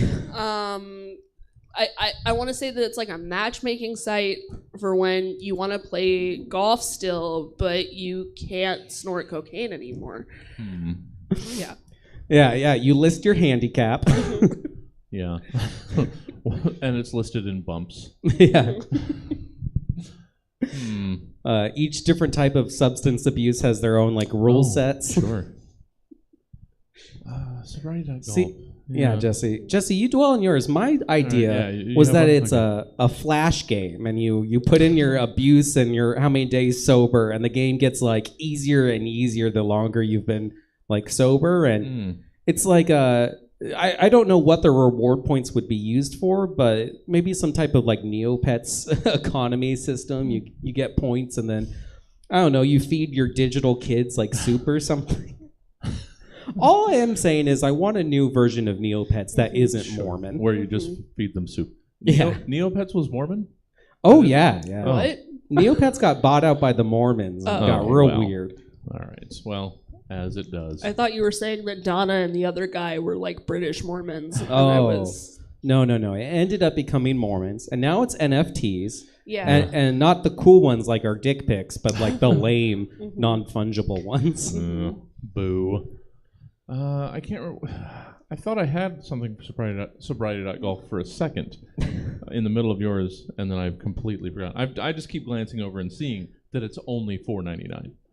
So that's the cheapest I think that we've run into. Well, not a lot of people are buying sobriety websites these days. What did I thought I had some. Maybe I'm just too tired that I don't remember my ideas anymore. But we'll try and Go drink a vodka Red Bull. Oh, I should. Be the Wired Daddy. So Poor giving us the fun fact. .gov domains are available at no cost to qualifying U.S.-based government organizations. So we're not one of those. We can become one. I suppose. We can found one specifically for rating people's legs. Yeah. Well, we're an arm of the United States government. We're a leg. Yeah, we're a leg. Well, Yeah. I like a leg rating site being an arm of the government. Yeah, If we know anything about the U.S. government, it would be arms Yeah. rating legs, Yeah. having no clue the struggle legs go through every day. Oh, hold on. You're like, yeah, you're just another limb. You can handle it. Everything's Yeah, check fine. your arm supremacy, buddy. Yeah. Yeah, hey, arms, you don't have to carry a body the whole day. Yeah, you rest like 95% of the day, arms. Oh, I carried a baby for 3 hours. Try an adult man your whole life. You know what? You think bowling is an arm activity? No, that's still mostly legs. Arms. Can you figure out your role?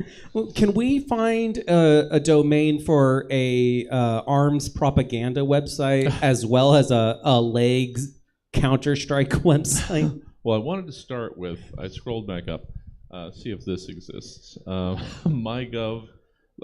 .sucks probably isn't a thing, but let's see.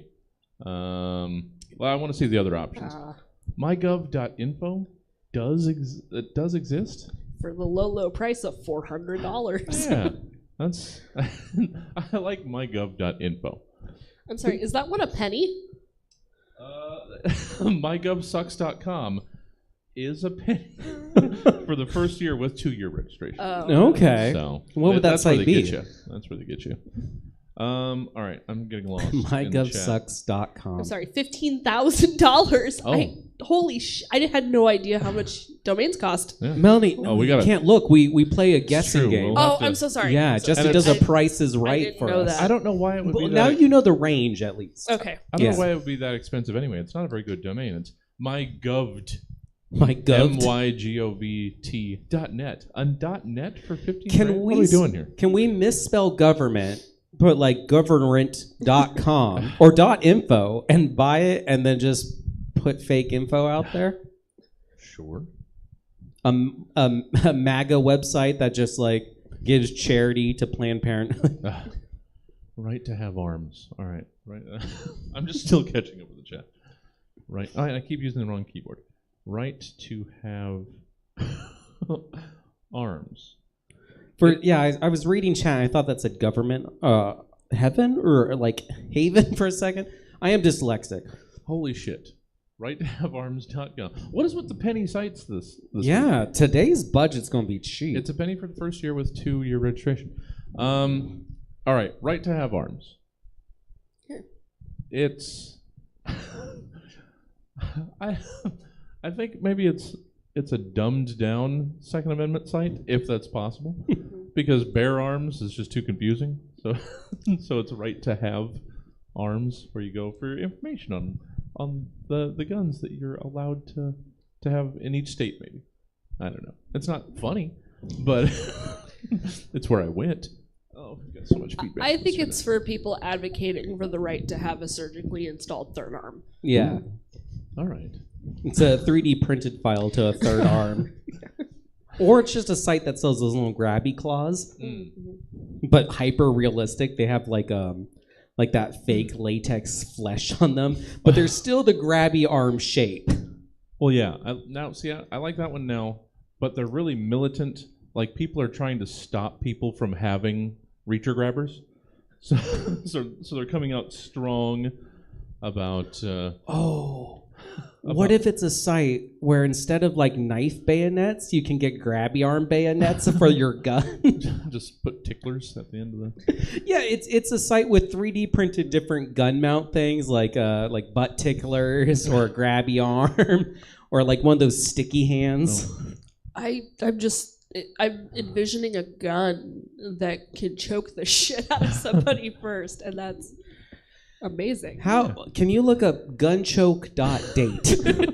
We've had too many dating sites. We can't... My goal is to pitch a dating site every episode. I'm going to look up gun choke. Okay, and well, while see- Jesse does that, See the domains. .org. Melanie, can you think of a dating site that would be great? Some type of niche dating site? Okay. Okay. I wanted to find a way to shoehorn this in, and I think this might be the time. Cuchadors. Cuchadors. Yeah. So it's like, like lesbians that have like a wrestling kink, but they also want to wear a mask. I love this. I think you can get branded wrestling mask panties. That's like where I little was gonna leather go. panties. That they are just... And they don't have to be leather. They can be just regular fabric. But I thought, Cuchadors are just, underwear designed to look like masks with the obvious opening. So this tells me that you've really been dwelling on cooch and cooter since last week. Oh, dude, my sister found out about that, and she was really offended. She was like, "I said pooter." Pooter. And I was like, that's a objectively much more disgusting word. It and I is. made it better. Pooter is not For good. the listeners at home, do you want to share this story? Yeah, so before I came here last week, I was using the bathroom at my regular coffee shop, and I forgot to lock the door, and like a staff member just busted in on me, and I was mortified. I thought I might never go back, but we made eye contact today, so I think we're moving on. So I came here, and my sister called me in the middle of us playing Inside the Box, and she left a voicemail, and it was just like, hey, just wanted to know if the barista saw your cooter. Okay, I'll talk to you later. And then I brought it up like right before we played TKO. And so it got put on a shirt. Yeah. Did you end up buying that shirt? Oh, we didn't yet. It's still for sale. Yeah. We'll have to post that on the Stab Twitter. Oh, wait, Jesse, I had you look up a site. What was it? Oh, I don't know. I was looking up Cuchadors. Oh, yeah. Yeah, that's good. After that, can we look up cooter.cafe? Cooter.cafe. All right, hold on. I do like Cuchadors, though. Yeah. I like the idea. Just underwear that's designed to look like wrestling mats. It's That's hard fun. to keep up with our Twitch chat. If you're listening to this as a podcast, the day the episode comes out, we're live streaming the next one. So come join us at sodumb.us. But, hey, chat, can you pitch other ideas of what Cuchador is? Oh, I don't think they need encouragement. They're going to be there fine. Cooter.cafe is available. So, Jesse, what would this site be? Cooter.cafe. Let's see. You're gonna. I'm slow this week. In case that's not clear. Cooter.cafe. I'm getting some ideas. Okay. My first thought. Go yours first. I'm gonna try and get up to speed. My first thought is just like a WikiHow, but it's like how to draw a cooter in the foam on a little cafe cup. Oh, that's not terrible. Yeah. Mm-hmm. That seems a little. I mean, we do niche around here. That seems a little too. It could be various cafe cooter accoutrement. Like it could be a little whipped cream bottle, so you can do whippets with your cooter.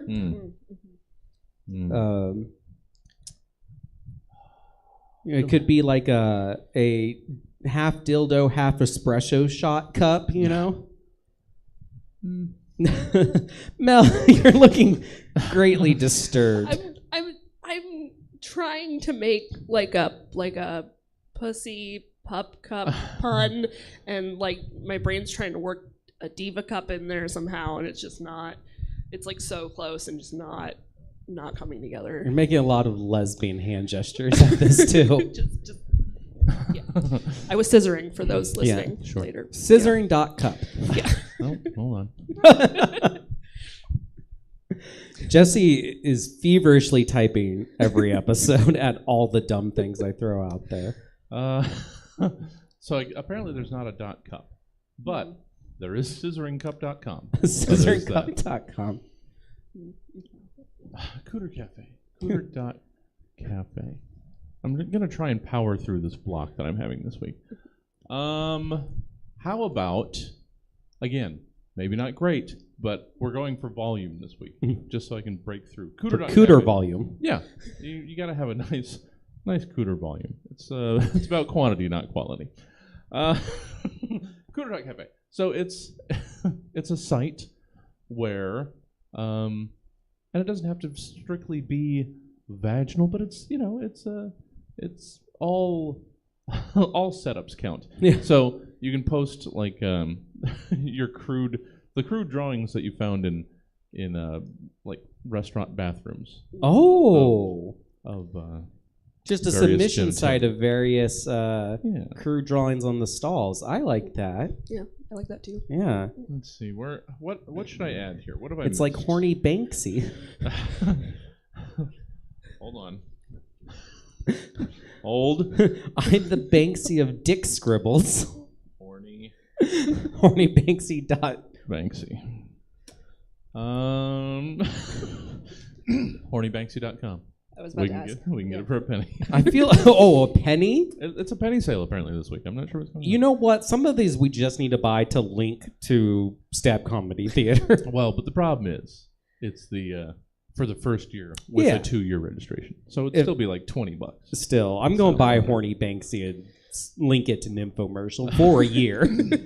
won't let it auto renew. But that's a different show. Going back to the fight between arms and legs. Oh, yeah. Sarah did have. So we had right to have arms, and Sarah threw out there wrongtohavelegs.com. Wrong to have legs. Yeah. .horse. It was one of my other favorites. But yet last week's episode title was "We'll get to .horse," so I shouldn't throw it out there too much. Wrongtohavelegs.horse. Available for just $40. Hey, not bad. Also, Melanie, if any domain just enters that little head, you just shout it out. Okay. Make Jesse just look that right up on GoDaddy. So I think wrongtohavelegs.horse is, you know those pictures of chickens with human, like buff human arms? Yeah. Yes. I'm very familiar. So it's just pictures of horses with human legs. And that's all it is. Like it. You can submit as many as you want. It's like one of those websites that there's no buttons. It's just every time you go to it, it's a different picture. Yeah.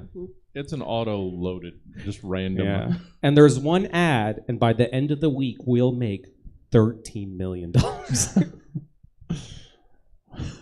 I can't stop envisioning like a horse with just 2 human legs right in the middle.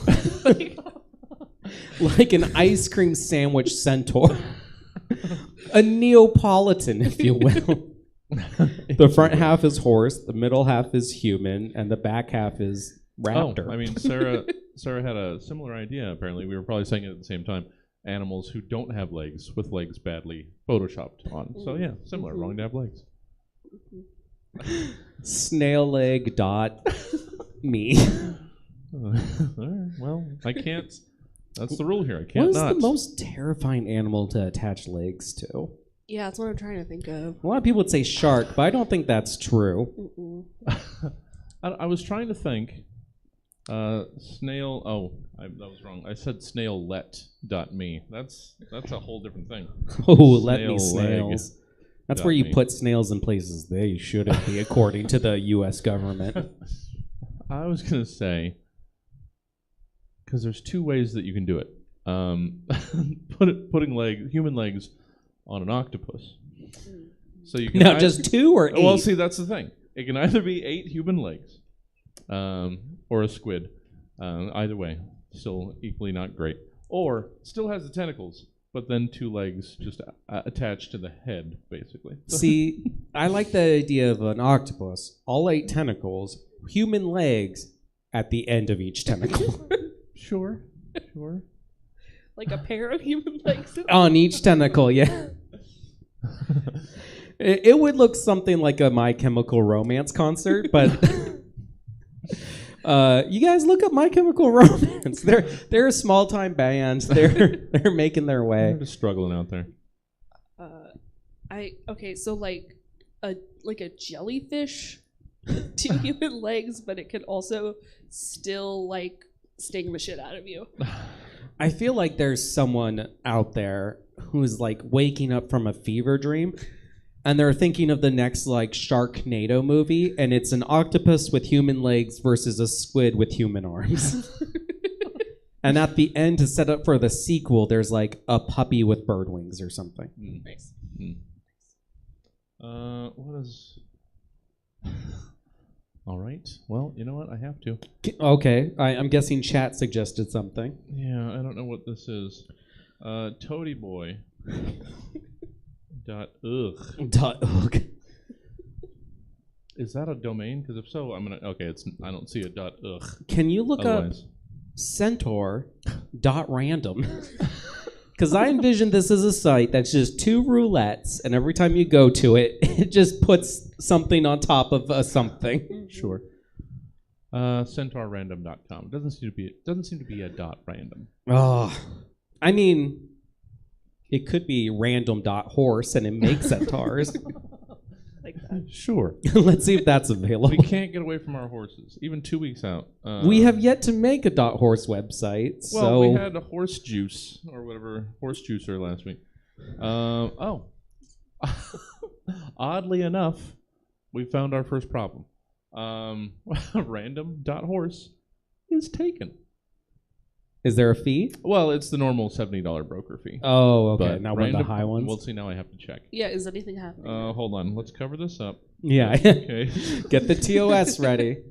I forgot what we named this segment in our first episode. I think it was I Spy. Random.horse is.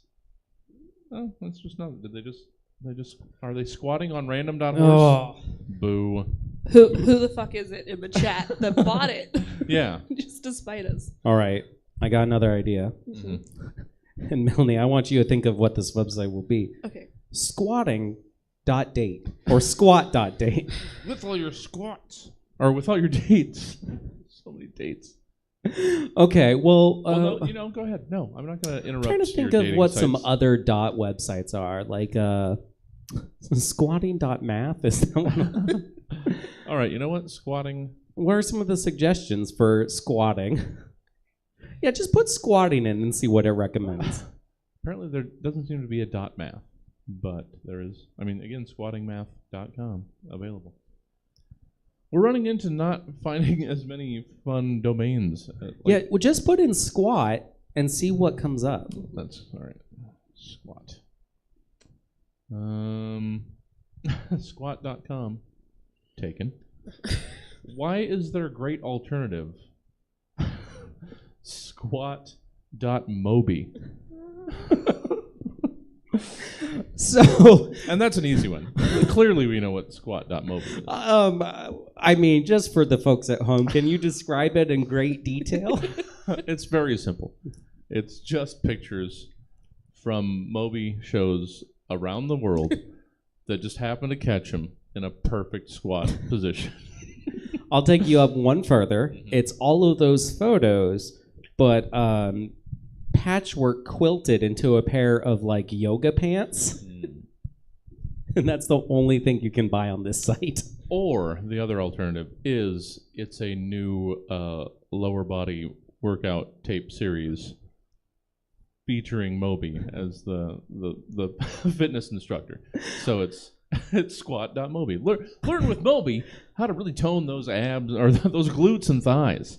Squat.mobi. I thought you were going to say it's for Moby, like just a video series made for one person in particular with a very strong guerrilla ad campaign. Just really calling him out.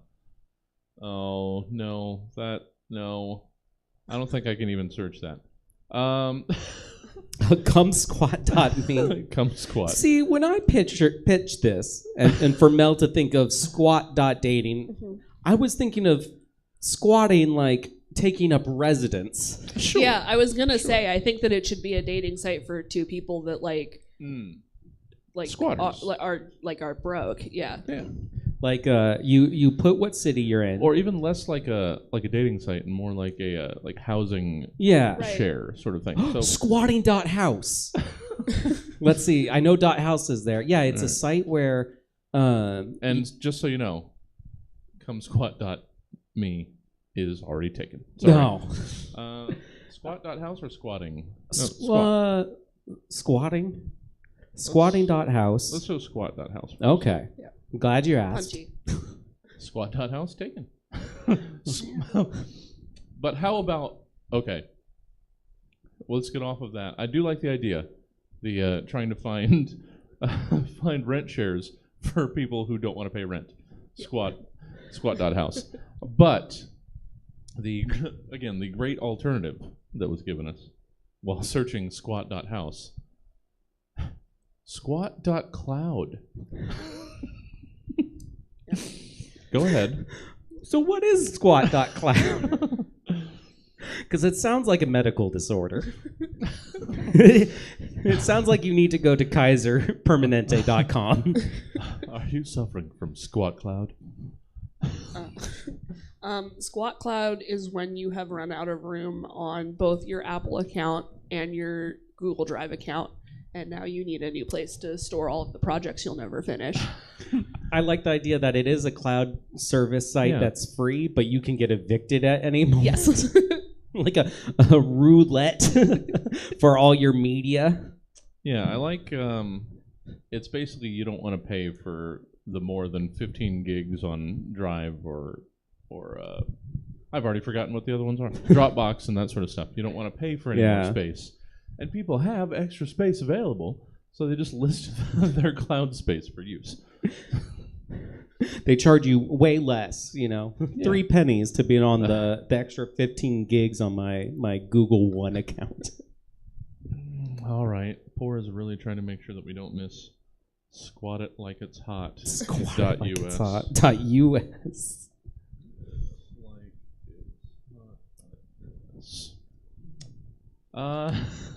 Squat It Like It's Hot.us available. $1 for the first year. Wow. I hate this. I feel like it. We need a redirect. So back to Neopets. Oh yes. I want a not necessarily adult and like pornographic, but an Sure. adult Neopets. Mm-hmm. How do we get there? Not Mormon, not NFT. Yeah, and that's hard because right now NFTs are just. I mean, both Neopets is NFTs, and I feel like NFTs are adult Neopets in the worst way. Actually, yeah. Wholesome. We need wholesome, good Neopets. Oh, hold on. I want to. What's the opposite word of neo? Retro. Mm-hmm. Retro. You know what? I'm trying to think of the opposite of pet. Indentured, isn't it? Retro spawn? Retro spawn. It's ant. The antonym. Antonym. Okay.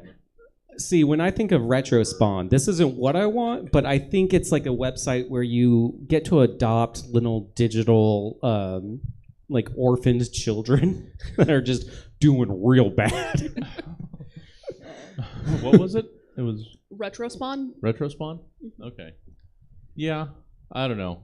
I think the problem with Retro Spawn is I think Todd McFarlane has already done that. I just imagine children that look like they're in their 80s. And I was looking something Like up and I've already progeria? forgotten. Yeah. Just real sick digi kids that you take care of and you try your best to keep them alive. Damn it! I had something and then I got distracted by the antonym for Neo. What is wrong with my head today? Well, what did the antonym of Neo come up with? It wasn't even anything interesting. It was just older or ancient. Yeah, we know that. Was it just like, don't be racist? Old owners. Old owners? Yeah, seems like the antithesis of Neopets. Oh yeah, Yeah. that's true.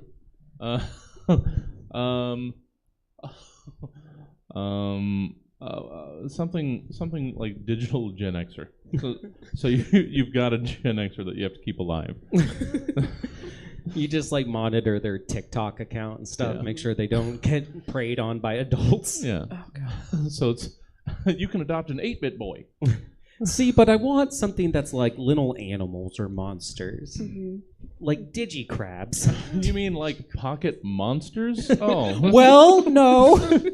Okay, see what digicrabs, I'm thinking like it's a little website and you've got like a little fleshy furry landscape and you have little digital monster like No. No, We'll pick something better then. We're not having digital pubic lice. Yeah. That's not what's happening. Yeah, here. it's a website where you collect little like personified monster STDs. All right. And you raise them and share them. Because the best thing about Pokemon, everyone's like, well, how come Digimons and Neopets never took off like Pokemon? Because Pokemon encourages you to share with others. You have to trade to get them all. And that's why we make an STD-based monster trading and collecting game. I remember now. I remember my idea. We get Syphilachu. I actually had... What did you have? I didn't actually have syphilis. Here, hold on. Let's just take a scoot break over. No, I had an idea for like a fighting game with the characters based on venereal diseases. No, I think this could be cute, fun, educational, because we know education.gov is not doing it for kids. Nymphopets, as suggested in the chat, Nymphopets does exist. That's an infringement on my brand. Or we make it under the Nymphomercial brand. Well, yeah, it would have to be. Melanie, what's your favorite Nymphopet? I just keep wanting to reference the times I've been on infomercial. Yeah, go listen to those episodes. I'll put them in the show notes. Yeah, I've had some revelations about myself, like Oh, live. Yeah. speaking of which, I've been trying real hard on AO3 to find your Digimon fan fiction. What? I was watching your show, Friend Fiction, and you mentioned your first fan fiction was about Digimon with TK and Kari in high school. No, that was so old. It was on the AOL message boards. Oh. Nice. Yeah. I forgot about that. Is AOL.com available? You know what? I also want to look up somebody else because we've got to. Getting good suggestions from chat. All right, that's weird. That yes, oddly, AOL.com is taken. Okay. But the broker service fee is only $70. Okay, I'm thinking So we might it's be able not to scoop it correct. up. We might be able to scoop it up. What would AOL.com be? Besides sad. I like Itchapede's suggestion. I like the microphone by your face. I have to get up here. Holy fuck, it's available. What's the site? Snatchimals. Snatchimals. .academy. Okay, so it's a educational monster collecting website, but about venereal diseases. Yeah. Okay. Alternate suggestion. Yeah. I think that we have an opportunity here Mhm. to reclaim all of the fun parts of Harry Potter. And Harry so if Potter we- without the turf. Right, so we just make it like a magic academy, but for cute little animals. And then we have like the trans Harry Potter fandom market, but then we also have the furry market. And I feel like those are two very profitable markets. What would the site be? I mean, it might be Snatchimals. Snatchimals dot what was it? Academy? Yeah. Okay. I think we could do a .academy and because we can't get .edu morally. With money we can. Money does everything. Well, sure. Can you pitch some of these Snatchimals for me? .school also exists. Okay. So we don't have to have edu. Fuck all that. But Academy sounds more magical. It does. Mhm. Okay, so my first thought is like what are words? Yeah, we really want to appeal to Okay. the LGBT Harry Potter fandom. Right. All right. Okay. So this is just word salad that my brain's doing, but for some reason it's a beaver that does necromancy.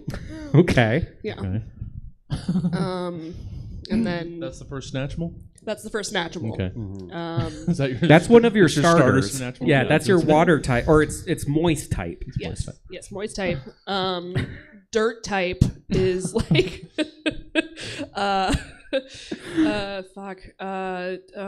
what are any animals? Oh man, I've done improv for 5 years. A pangolin.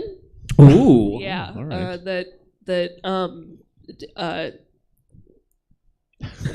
Does We dirt got the magic. animal.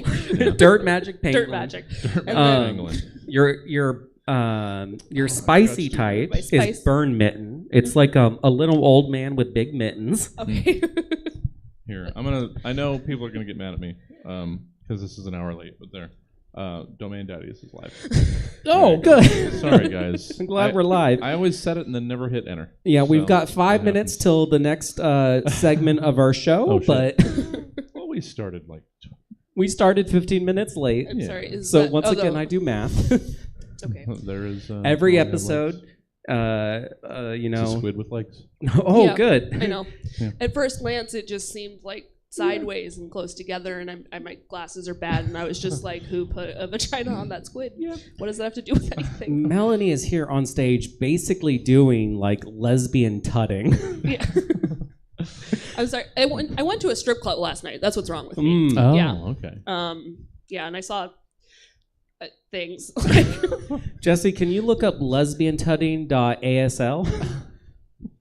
So, Well, I was gonna when this wound down, I was gonna pitch because I've already looked it up and it's available. Schmademy.academy.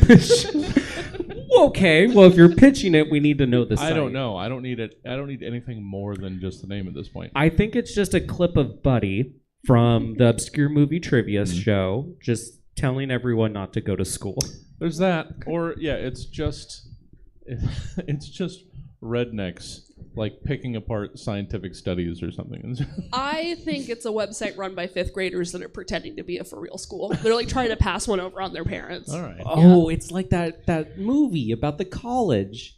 Mm-hmm. No? Never seen it? I feel like I know what you're talking about, and it's not. There was a movie in the 2000s that was about someone who didn't get into any school, so he made a fake college website, and then it accidentally became a real school. Accepted, it's Justin Long. I think Right? that's right. Yeah. I don't know names. Okay.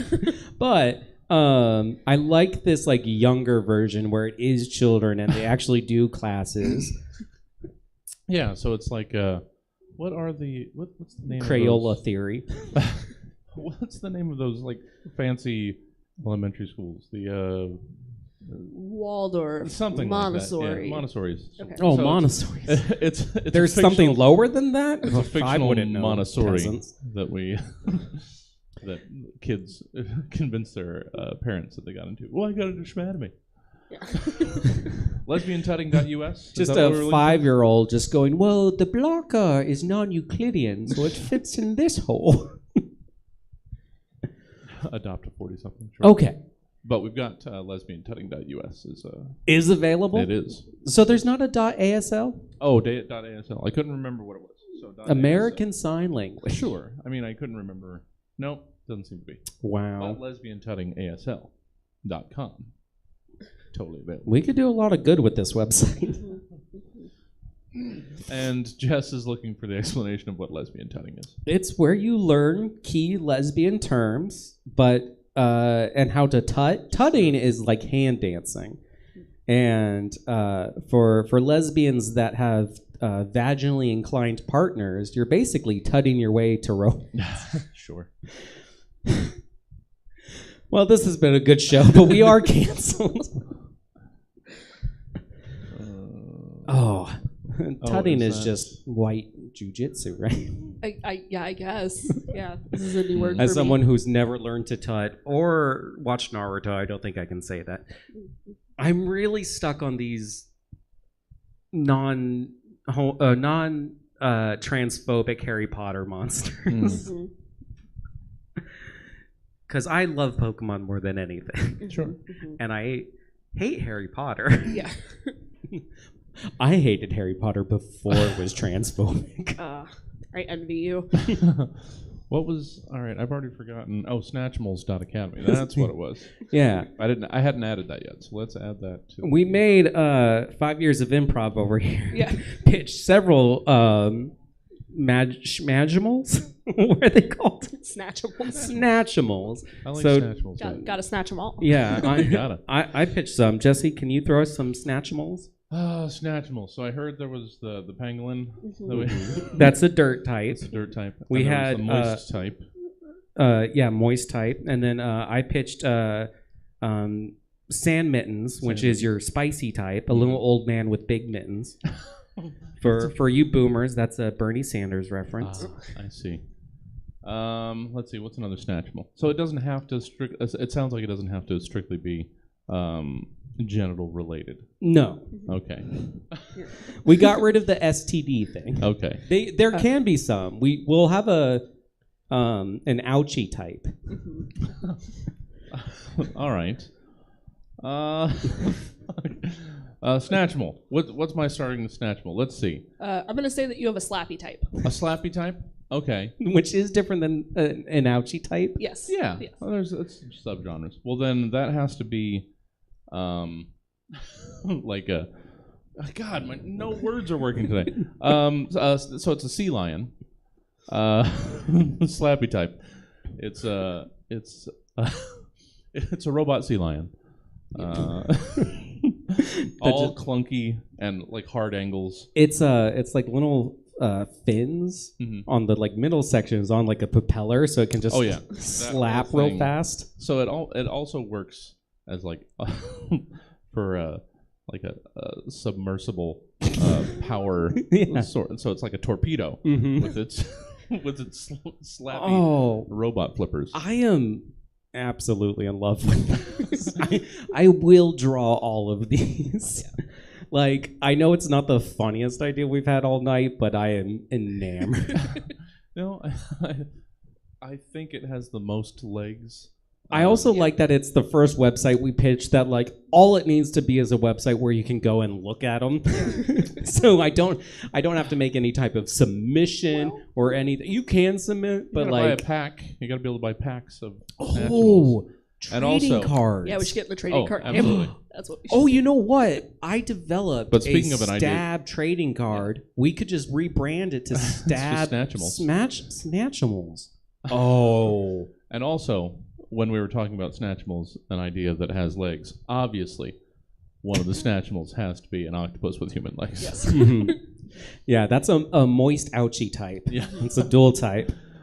When my brain works better, I'll have all sorts of Snatchable ideas. Yeah. I think I'm sunbaked right now. So I have two things. One, for our audience, go ahead, not in Twitch chat, because we need to save these.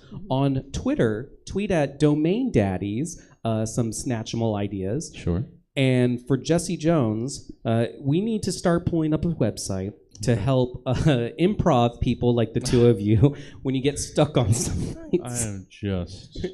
Improv.help. my brain is not working. I'm sure that exists. Let's see what we've got.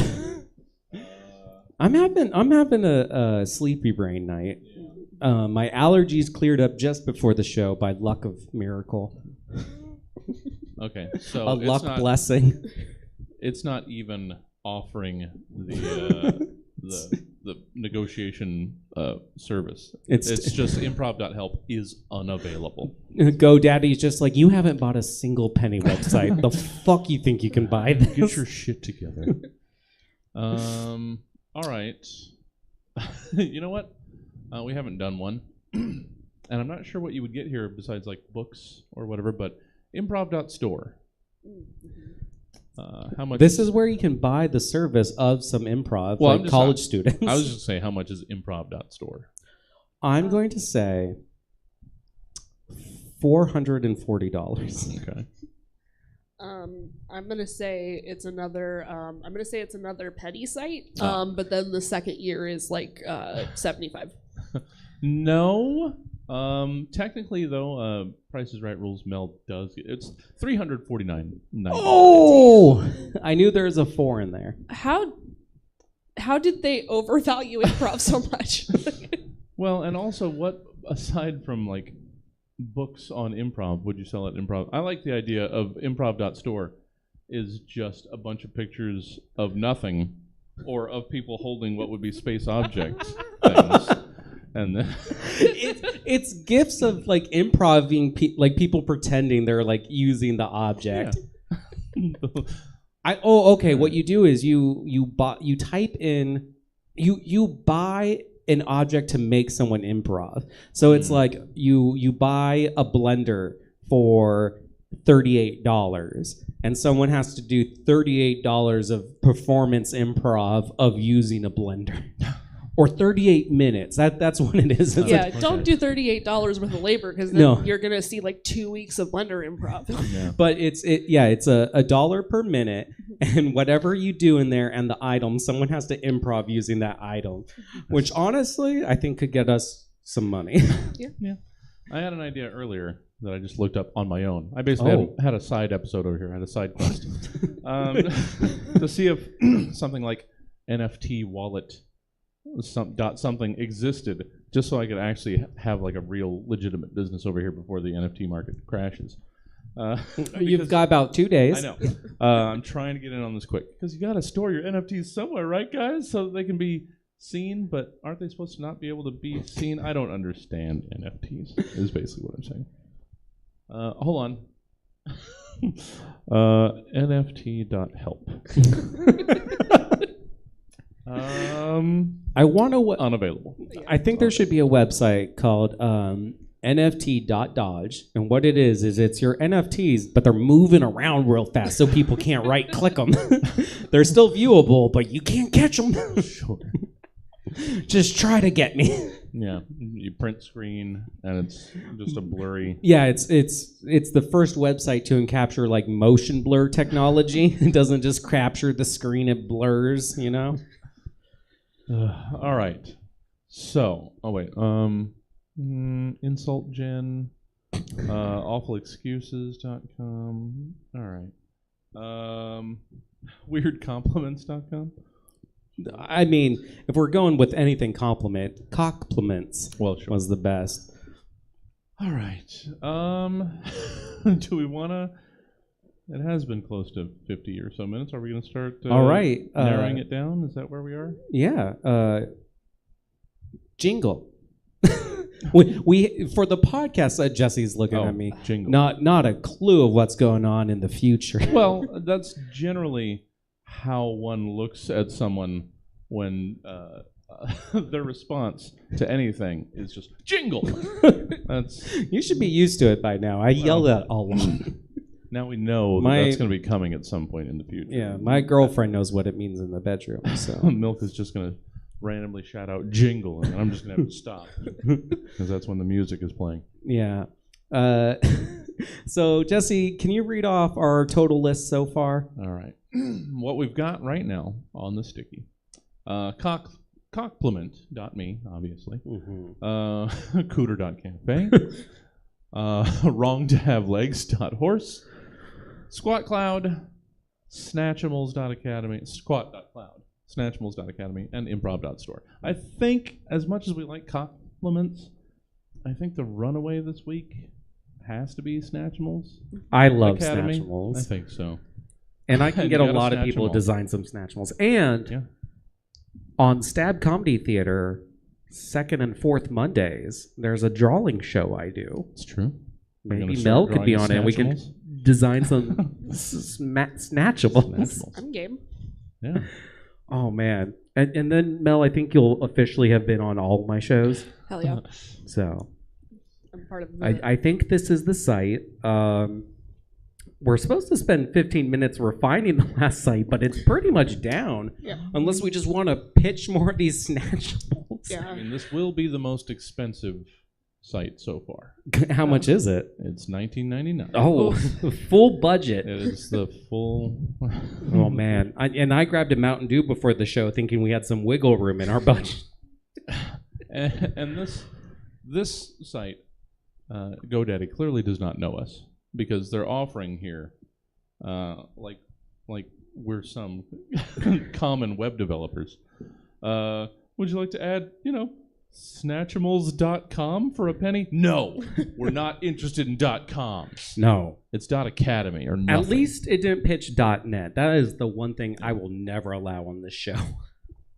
Oh, all right. Boozers and their nets. So I always like scrolling down when we like decided and finding an alternative that sort of jumps out. I mean, this can be pronounced a couple different ways, but I like Snatch 'em all. Snatch IMALL .academy. So it's like it's like you're collecting rundown suburban shopping centers and fighting them. This one still has a working Wetzel's. Fight. I do love the idea of like a little flash fighting game where it's like malls fighting and underneath them are like all the little mall employees like also going at each other. It's like one of those auto click games. I think it looks like Switch is contributing to help pay for Snatchimals. Academy. Switch just gifted 5 subs, so they paid for Snatchimals. There we go. Yeah, if you're a fan of this show, go ahead and donate at stabcomedytheater.com or throw us bits or subs.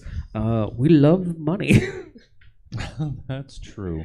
Money.daddy. Oh, hold on. I was listening to last week's episode, or the week before, and I forgot that we pitched DesperateCEO.com. Money Daddy, or Money.daddy. Daddy doesn't seem to be a domain. No, it's not. We found that out last week. But Oh, I don't know. There's a couple good ones in here. Oh. Who's pointed at the mic? Is that me? Oh, spicy Mike. Oh, is it me? It might be. You don't have to cup it like that. I think it might be. So no. So when searching for money.daddy, one of the other suggestions they gave us. Let's see if it's even on screen. I'm on the wrong window here. There it is. Coindaddy.co. How much is coindaddy.co? $600. Okay.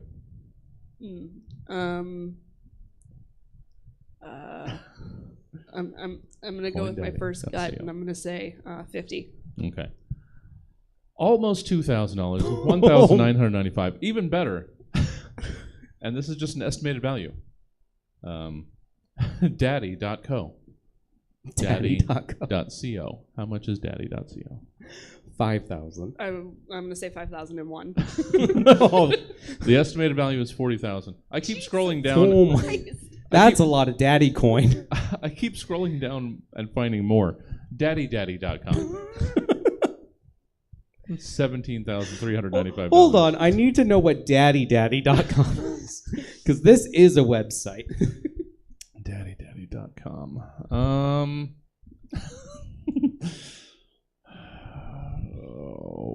Is it okay? We can keep it wholesome. It doesn't have to be. Yeah. It doesn't have to be smut all the time. I always promise the next episode will be less horny, and so far it hasn't happened. It has not. Daddydaddy.com. It's a site where new fathers that maybe didn't have a male role model in their life go to. It's basically YouTube. You go to learn how to do parenting things or just adult male things that maybe you didn't learn while you were when you were growing up, and of course they're all on leather and chains. Yeah. It's just a site that teaches you the rules of football, but like really easily, really breaks it down. Yeah. To like weekly homework assignments of like learning each rule. There's a VR experience on the site that allows you to see what it's like to catch a football. And yeah, there's one program you can load that it's just from across a field. You put in the parameters of your father, and the avatar just walks across the field and pats you on the shoulder and tells you that they're proud of you. Yeah. That's a premium DLC. There's an audio file you can boot up that just like tells you not to go to the school that you were thinking about going. Just like, hey, maybe don't go to Art Institute. All right, there's buckdaddy.com here, but I that makes me want to look up Buck Fatty. Buck. It's a positive site. We're not fat phobic here. Buckfatty.com. And it's not about weight. It's not about shape. It's about fucking daddies. It's buckfatty.com. Oh, okay. Okay. Totally available for $1 or for a penny. So we can get Buck Fatty. Jesse, why are you hovering over the buy button? Can I buy this twice? All right. Oh, I just want to see what the other options are too. Buck Caddy. Is daddy.school available? I like how we're still in the first segment of the show because the real website being our Catch-A-Moles is already nailed down. Oh no, Catch-A-Moles is the knockoff of Snatchimals. Oh, Snatchimals. So Catch-A-Moles is like the GoBots. Yeah. The Snatchimals Transformers. We're not only making our totally original IP, but we're also making the knockoff. Yeah. Might as well get ahead of the game. Mm-hmm, mm-hmm. Daddy.school is taken. Oh. So, daddies.org. How much is daddies.org? Daddies.org is $48. So, I'm gonna go with the other extreme, and I'm gonna say $8,000. well, it's somewhere in the middle. It's $2,999. Okay. I'm gonna very reasonable. I'm gonna check out the sexism here. So, mommy.co estimated at $10,500. What is daddy.co? $40,000. Wow. Wow. I I'm feel an like ally. Well, you're so brave, Jesse. Look at how disgusted I am by this. I'm not going to do anything. I like to think that both of those websites are where you can rent someone to like have the yeah. experience. Absolutely. Yeah, you pay for the daddy experience. Yeah, I didn't get to throw football until I was 23 years old. My friend Larry took me out to a field. Wow. And I feel like, with like $15 in my pocket, I could have bought that sooner in life. Fun fact, stepdaddies.co and stepmommies.co offer similar services, but they're run by Pornhub. Yeah, they would have to. Yeah. Oh, Pornhub. Oh. Daddy.family. I did not know .family was a thing. Well, and now there's something to think about. That is entirely next week's entire episode. All right, hold on. Snatchimals.family. That's where just you can take whatever Snatchimal you've caught and like upload. Do you remember it was Monster Rancher? Yes. Where you would put a CD in and it would generate like a whatever based on the data on the CD. You would get a character pumped out. Snatchimals.family is you just do the same thing sort of with your Snatchimal, and it just comes back with Vin Diesel's face on your Snatchimal. With this, my brain went to a place. Snatchimals is where you send pictures of your snatch, and it generates a monster for you. It's like one of those dream AI pictures. It just like regenerates it into a little cute algorithm-generated monster friend. All right, I think I keep getting us too far. We have to get back to Snatchimals.academy and buy this. Okay, yeah, you get that. But back to that STD thing. Yeah, I imagine like you can upload a genital pic and it creates a little monster, and that's your very own custom STD critter. It keeps getting worse somehow. The Cooter Hooters. Oh, that's how we get the Harry Potter people with the owl, the Cooter Hooter. That's a moist, slappy type. Oh. Let's not hear about the moist, slappy types. I would argue it's a moist, flappy type. Yeah. Okay, so we have moist, spicy, flappy, slappy, ouchy, dirt types. Yeah. So far. Pokemon has 18 types. Yeah. So we haven't come up with Snatchimals for him yet, but I think I can definitely do some more types. Thinky type. A Thicky? I propose that we steal sound type because everyone wants Pokemon to get sound type, so we get it first. Or we could change it to type. It's not sexual. Oh. Most of the time. Just sometimes. ASMR type. Yes, ASMR type. Gay type. Gay type. Should we make it more umbrella to just queer type? Queer type. Queer type works. Sure. Ally type. That's the equivalent to the normal type. Yeah. Whereas like that's the equivalent to the fairy type. That was the joke. Ally type somewhat resists queer type, but in public is very very on queer type side. Yeah. It's a weird type dynamic. Ally type doesn't want their children to evolve into queer type. Yeah. In doubles, ally type actually amplifies the attack of queer type unless ally type receives any damage, and then it cuts the damage in half. If you evolve an ally type with a money stone, it turns into an ouchie type. No. And if you give a fan stone to a queer type, it becomes queer spicy. I think that's the time limit of our show. While Jesse Jones buys our Snatchimals.academy site, Mel, where can people find you? Yeah, I'm on Instagram at Malagna. I'm also on TikTok at Malagna. This will have been old by now, but I just posted a story about seeing a goth contortionist last night, being a different person. Yeah, I guess that's all the places. Well, what shows do you have? Yeah, so I do Friend Fiction on second Saturdays here at Stab. I have Jacqueline Weiland and Corey Behringer coming in nice. for April. I don't officially have my writer yet, but I'm going to figure that out. What a delight, because Corey Behringer is our next guest. Oh, hell yeah. Wonderful. Yeah. I also do Mixed Fits on the first Saturdays at 9. Friend Fiction's on at 7. I didn't say the time. Yes. Mixed Fits is at 9 on the first Saturdays. That's short form. I'm going to be hosting this month, so. Short form what? Short form improv. Sorry. I get harassed at home a lot because I'll say things without context all the time. I forget that people can't hear me thinking. Can you look up context.melanie/Ford? Why do I have 2 items? I'm being confused by my cart. It says I have 2 items in my order. Mm-hmm. I don't want to have to go through. dp.cart.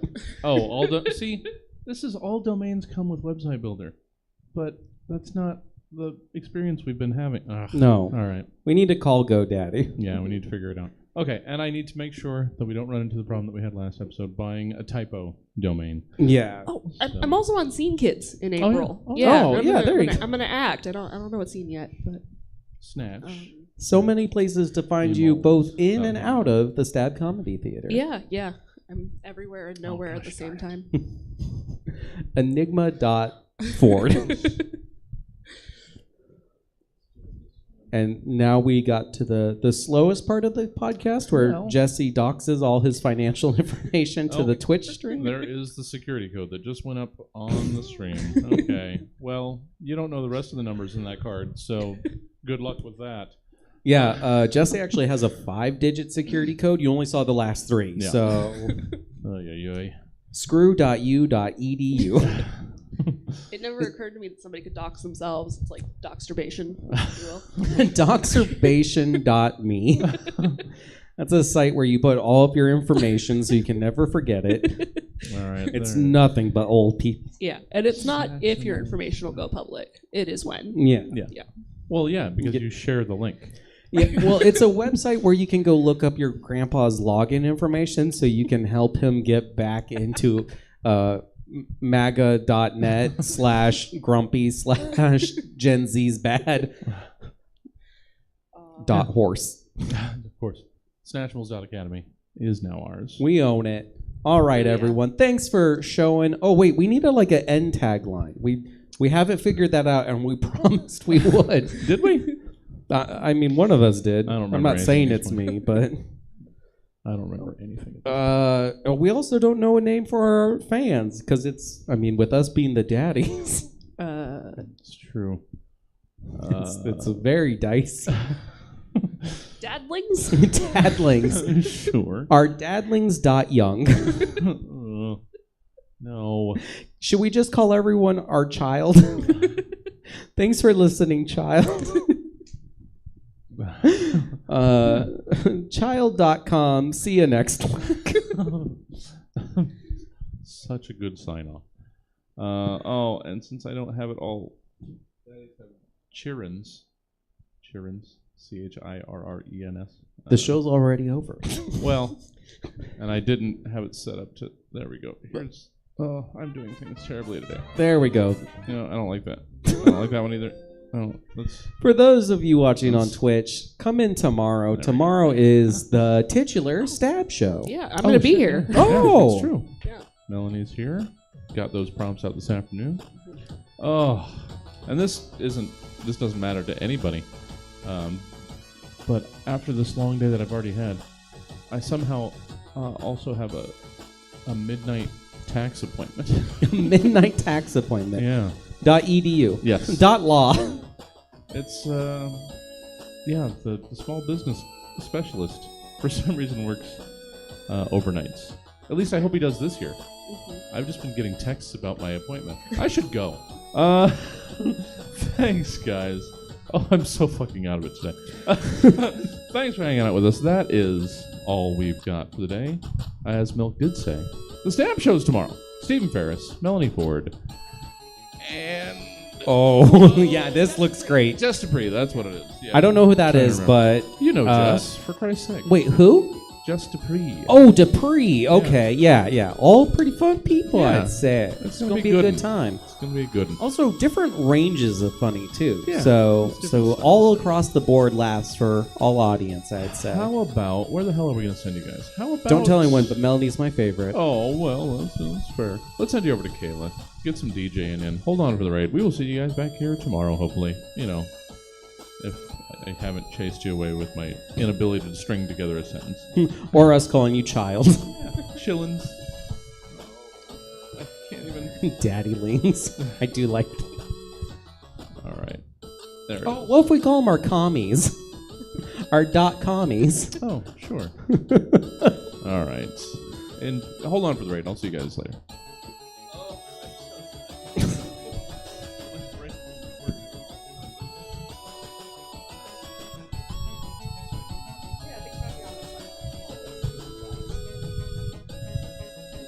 When to go? I keep feeling like I need to talk into the mic. Yeah, this one was spicy, and I don't know why. Well, it's hard to say if it was. And I hate that it has to be this loud in here. It wasn't when I was talking though. It was like if I kind of laughed or breathed into it. It became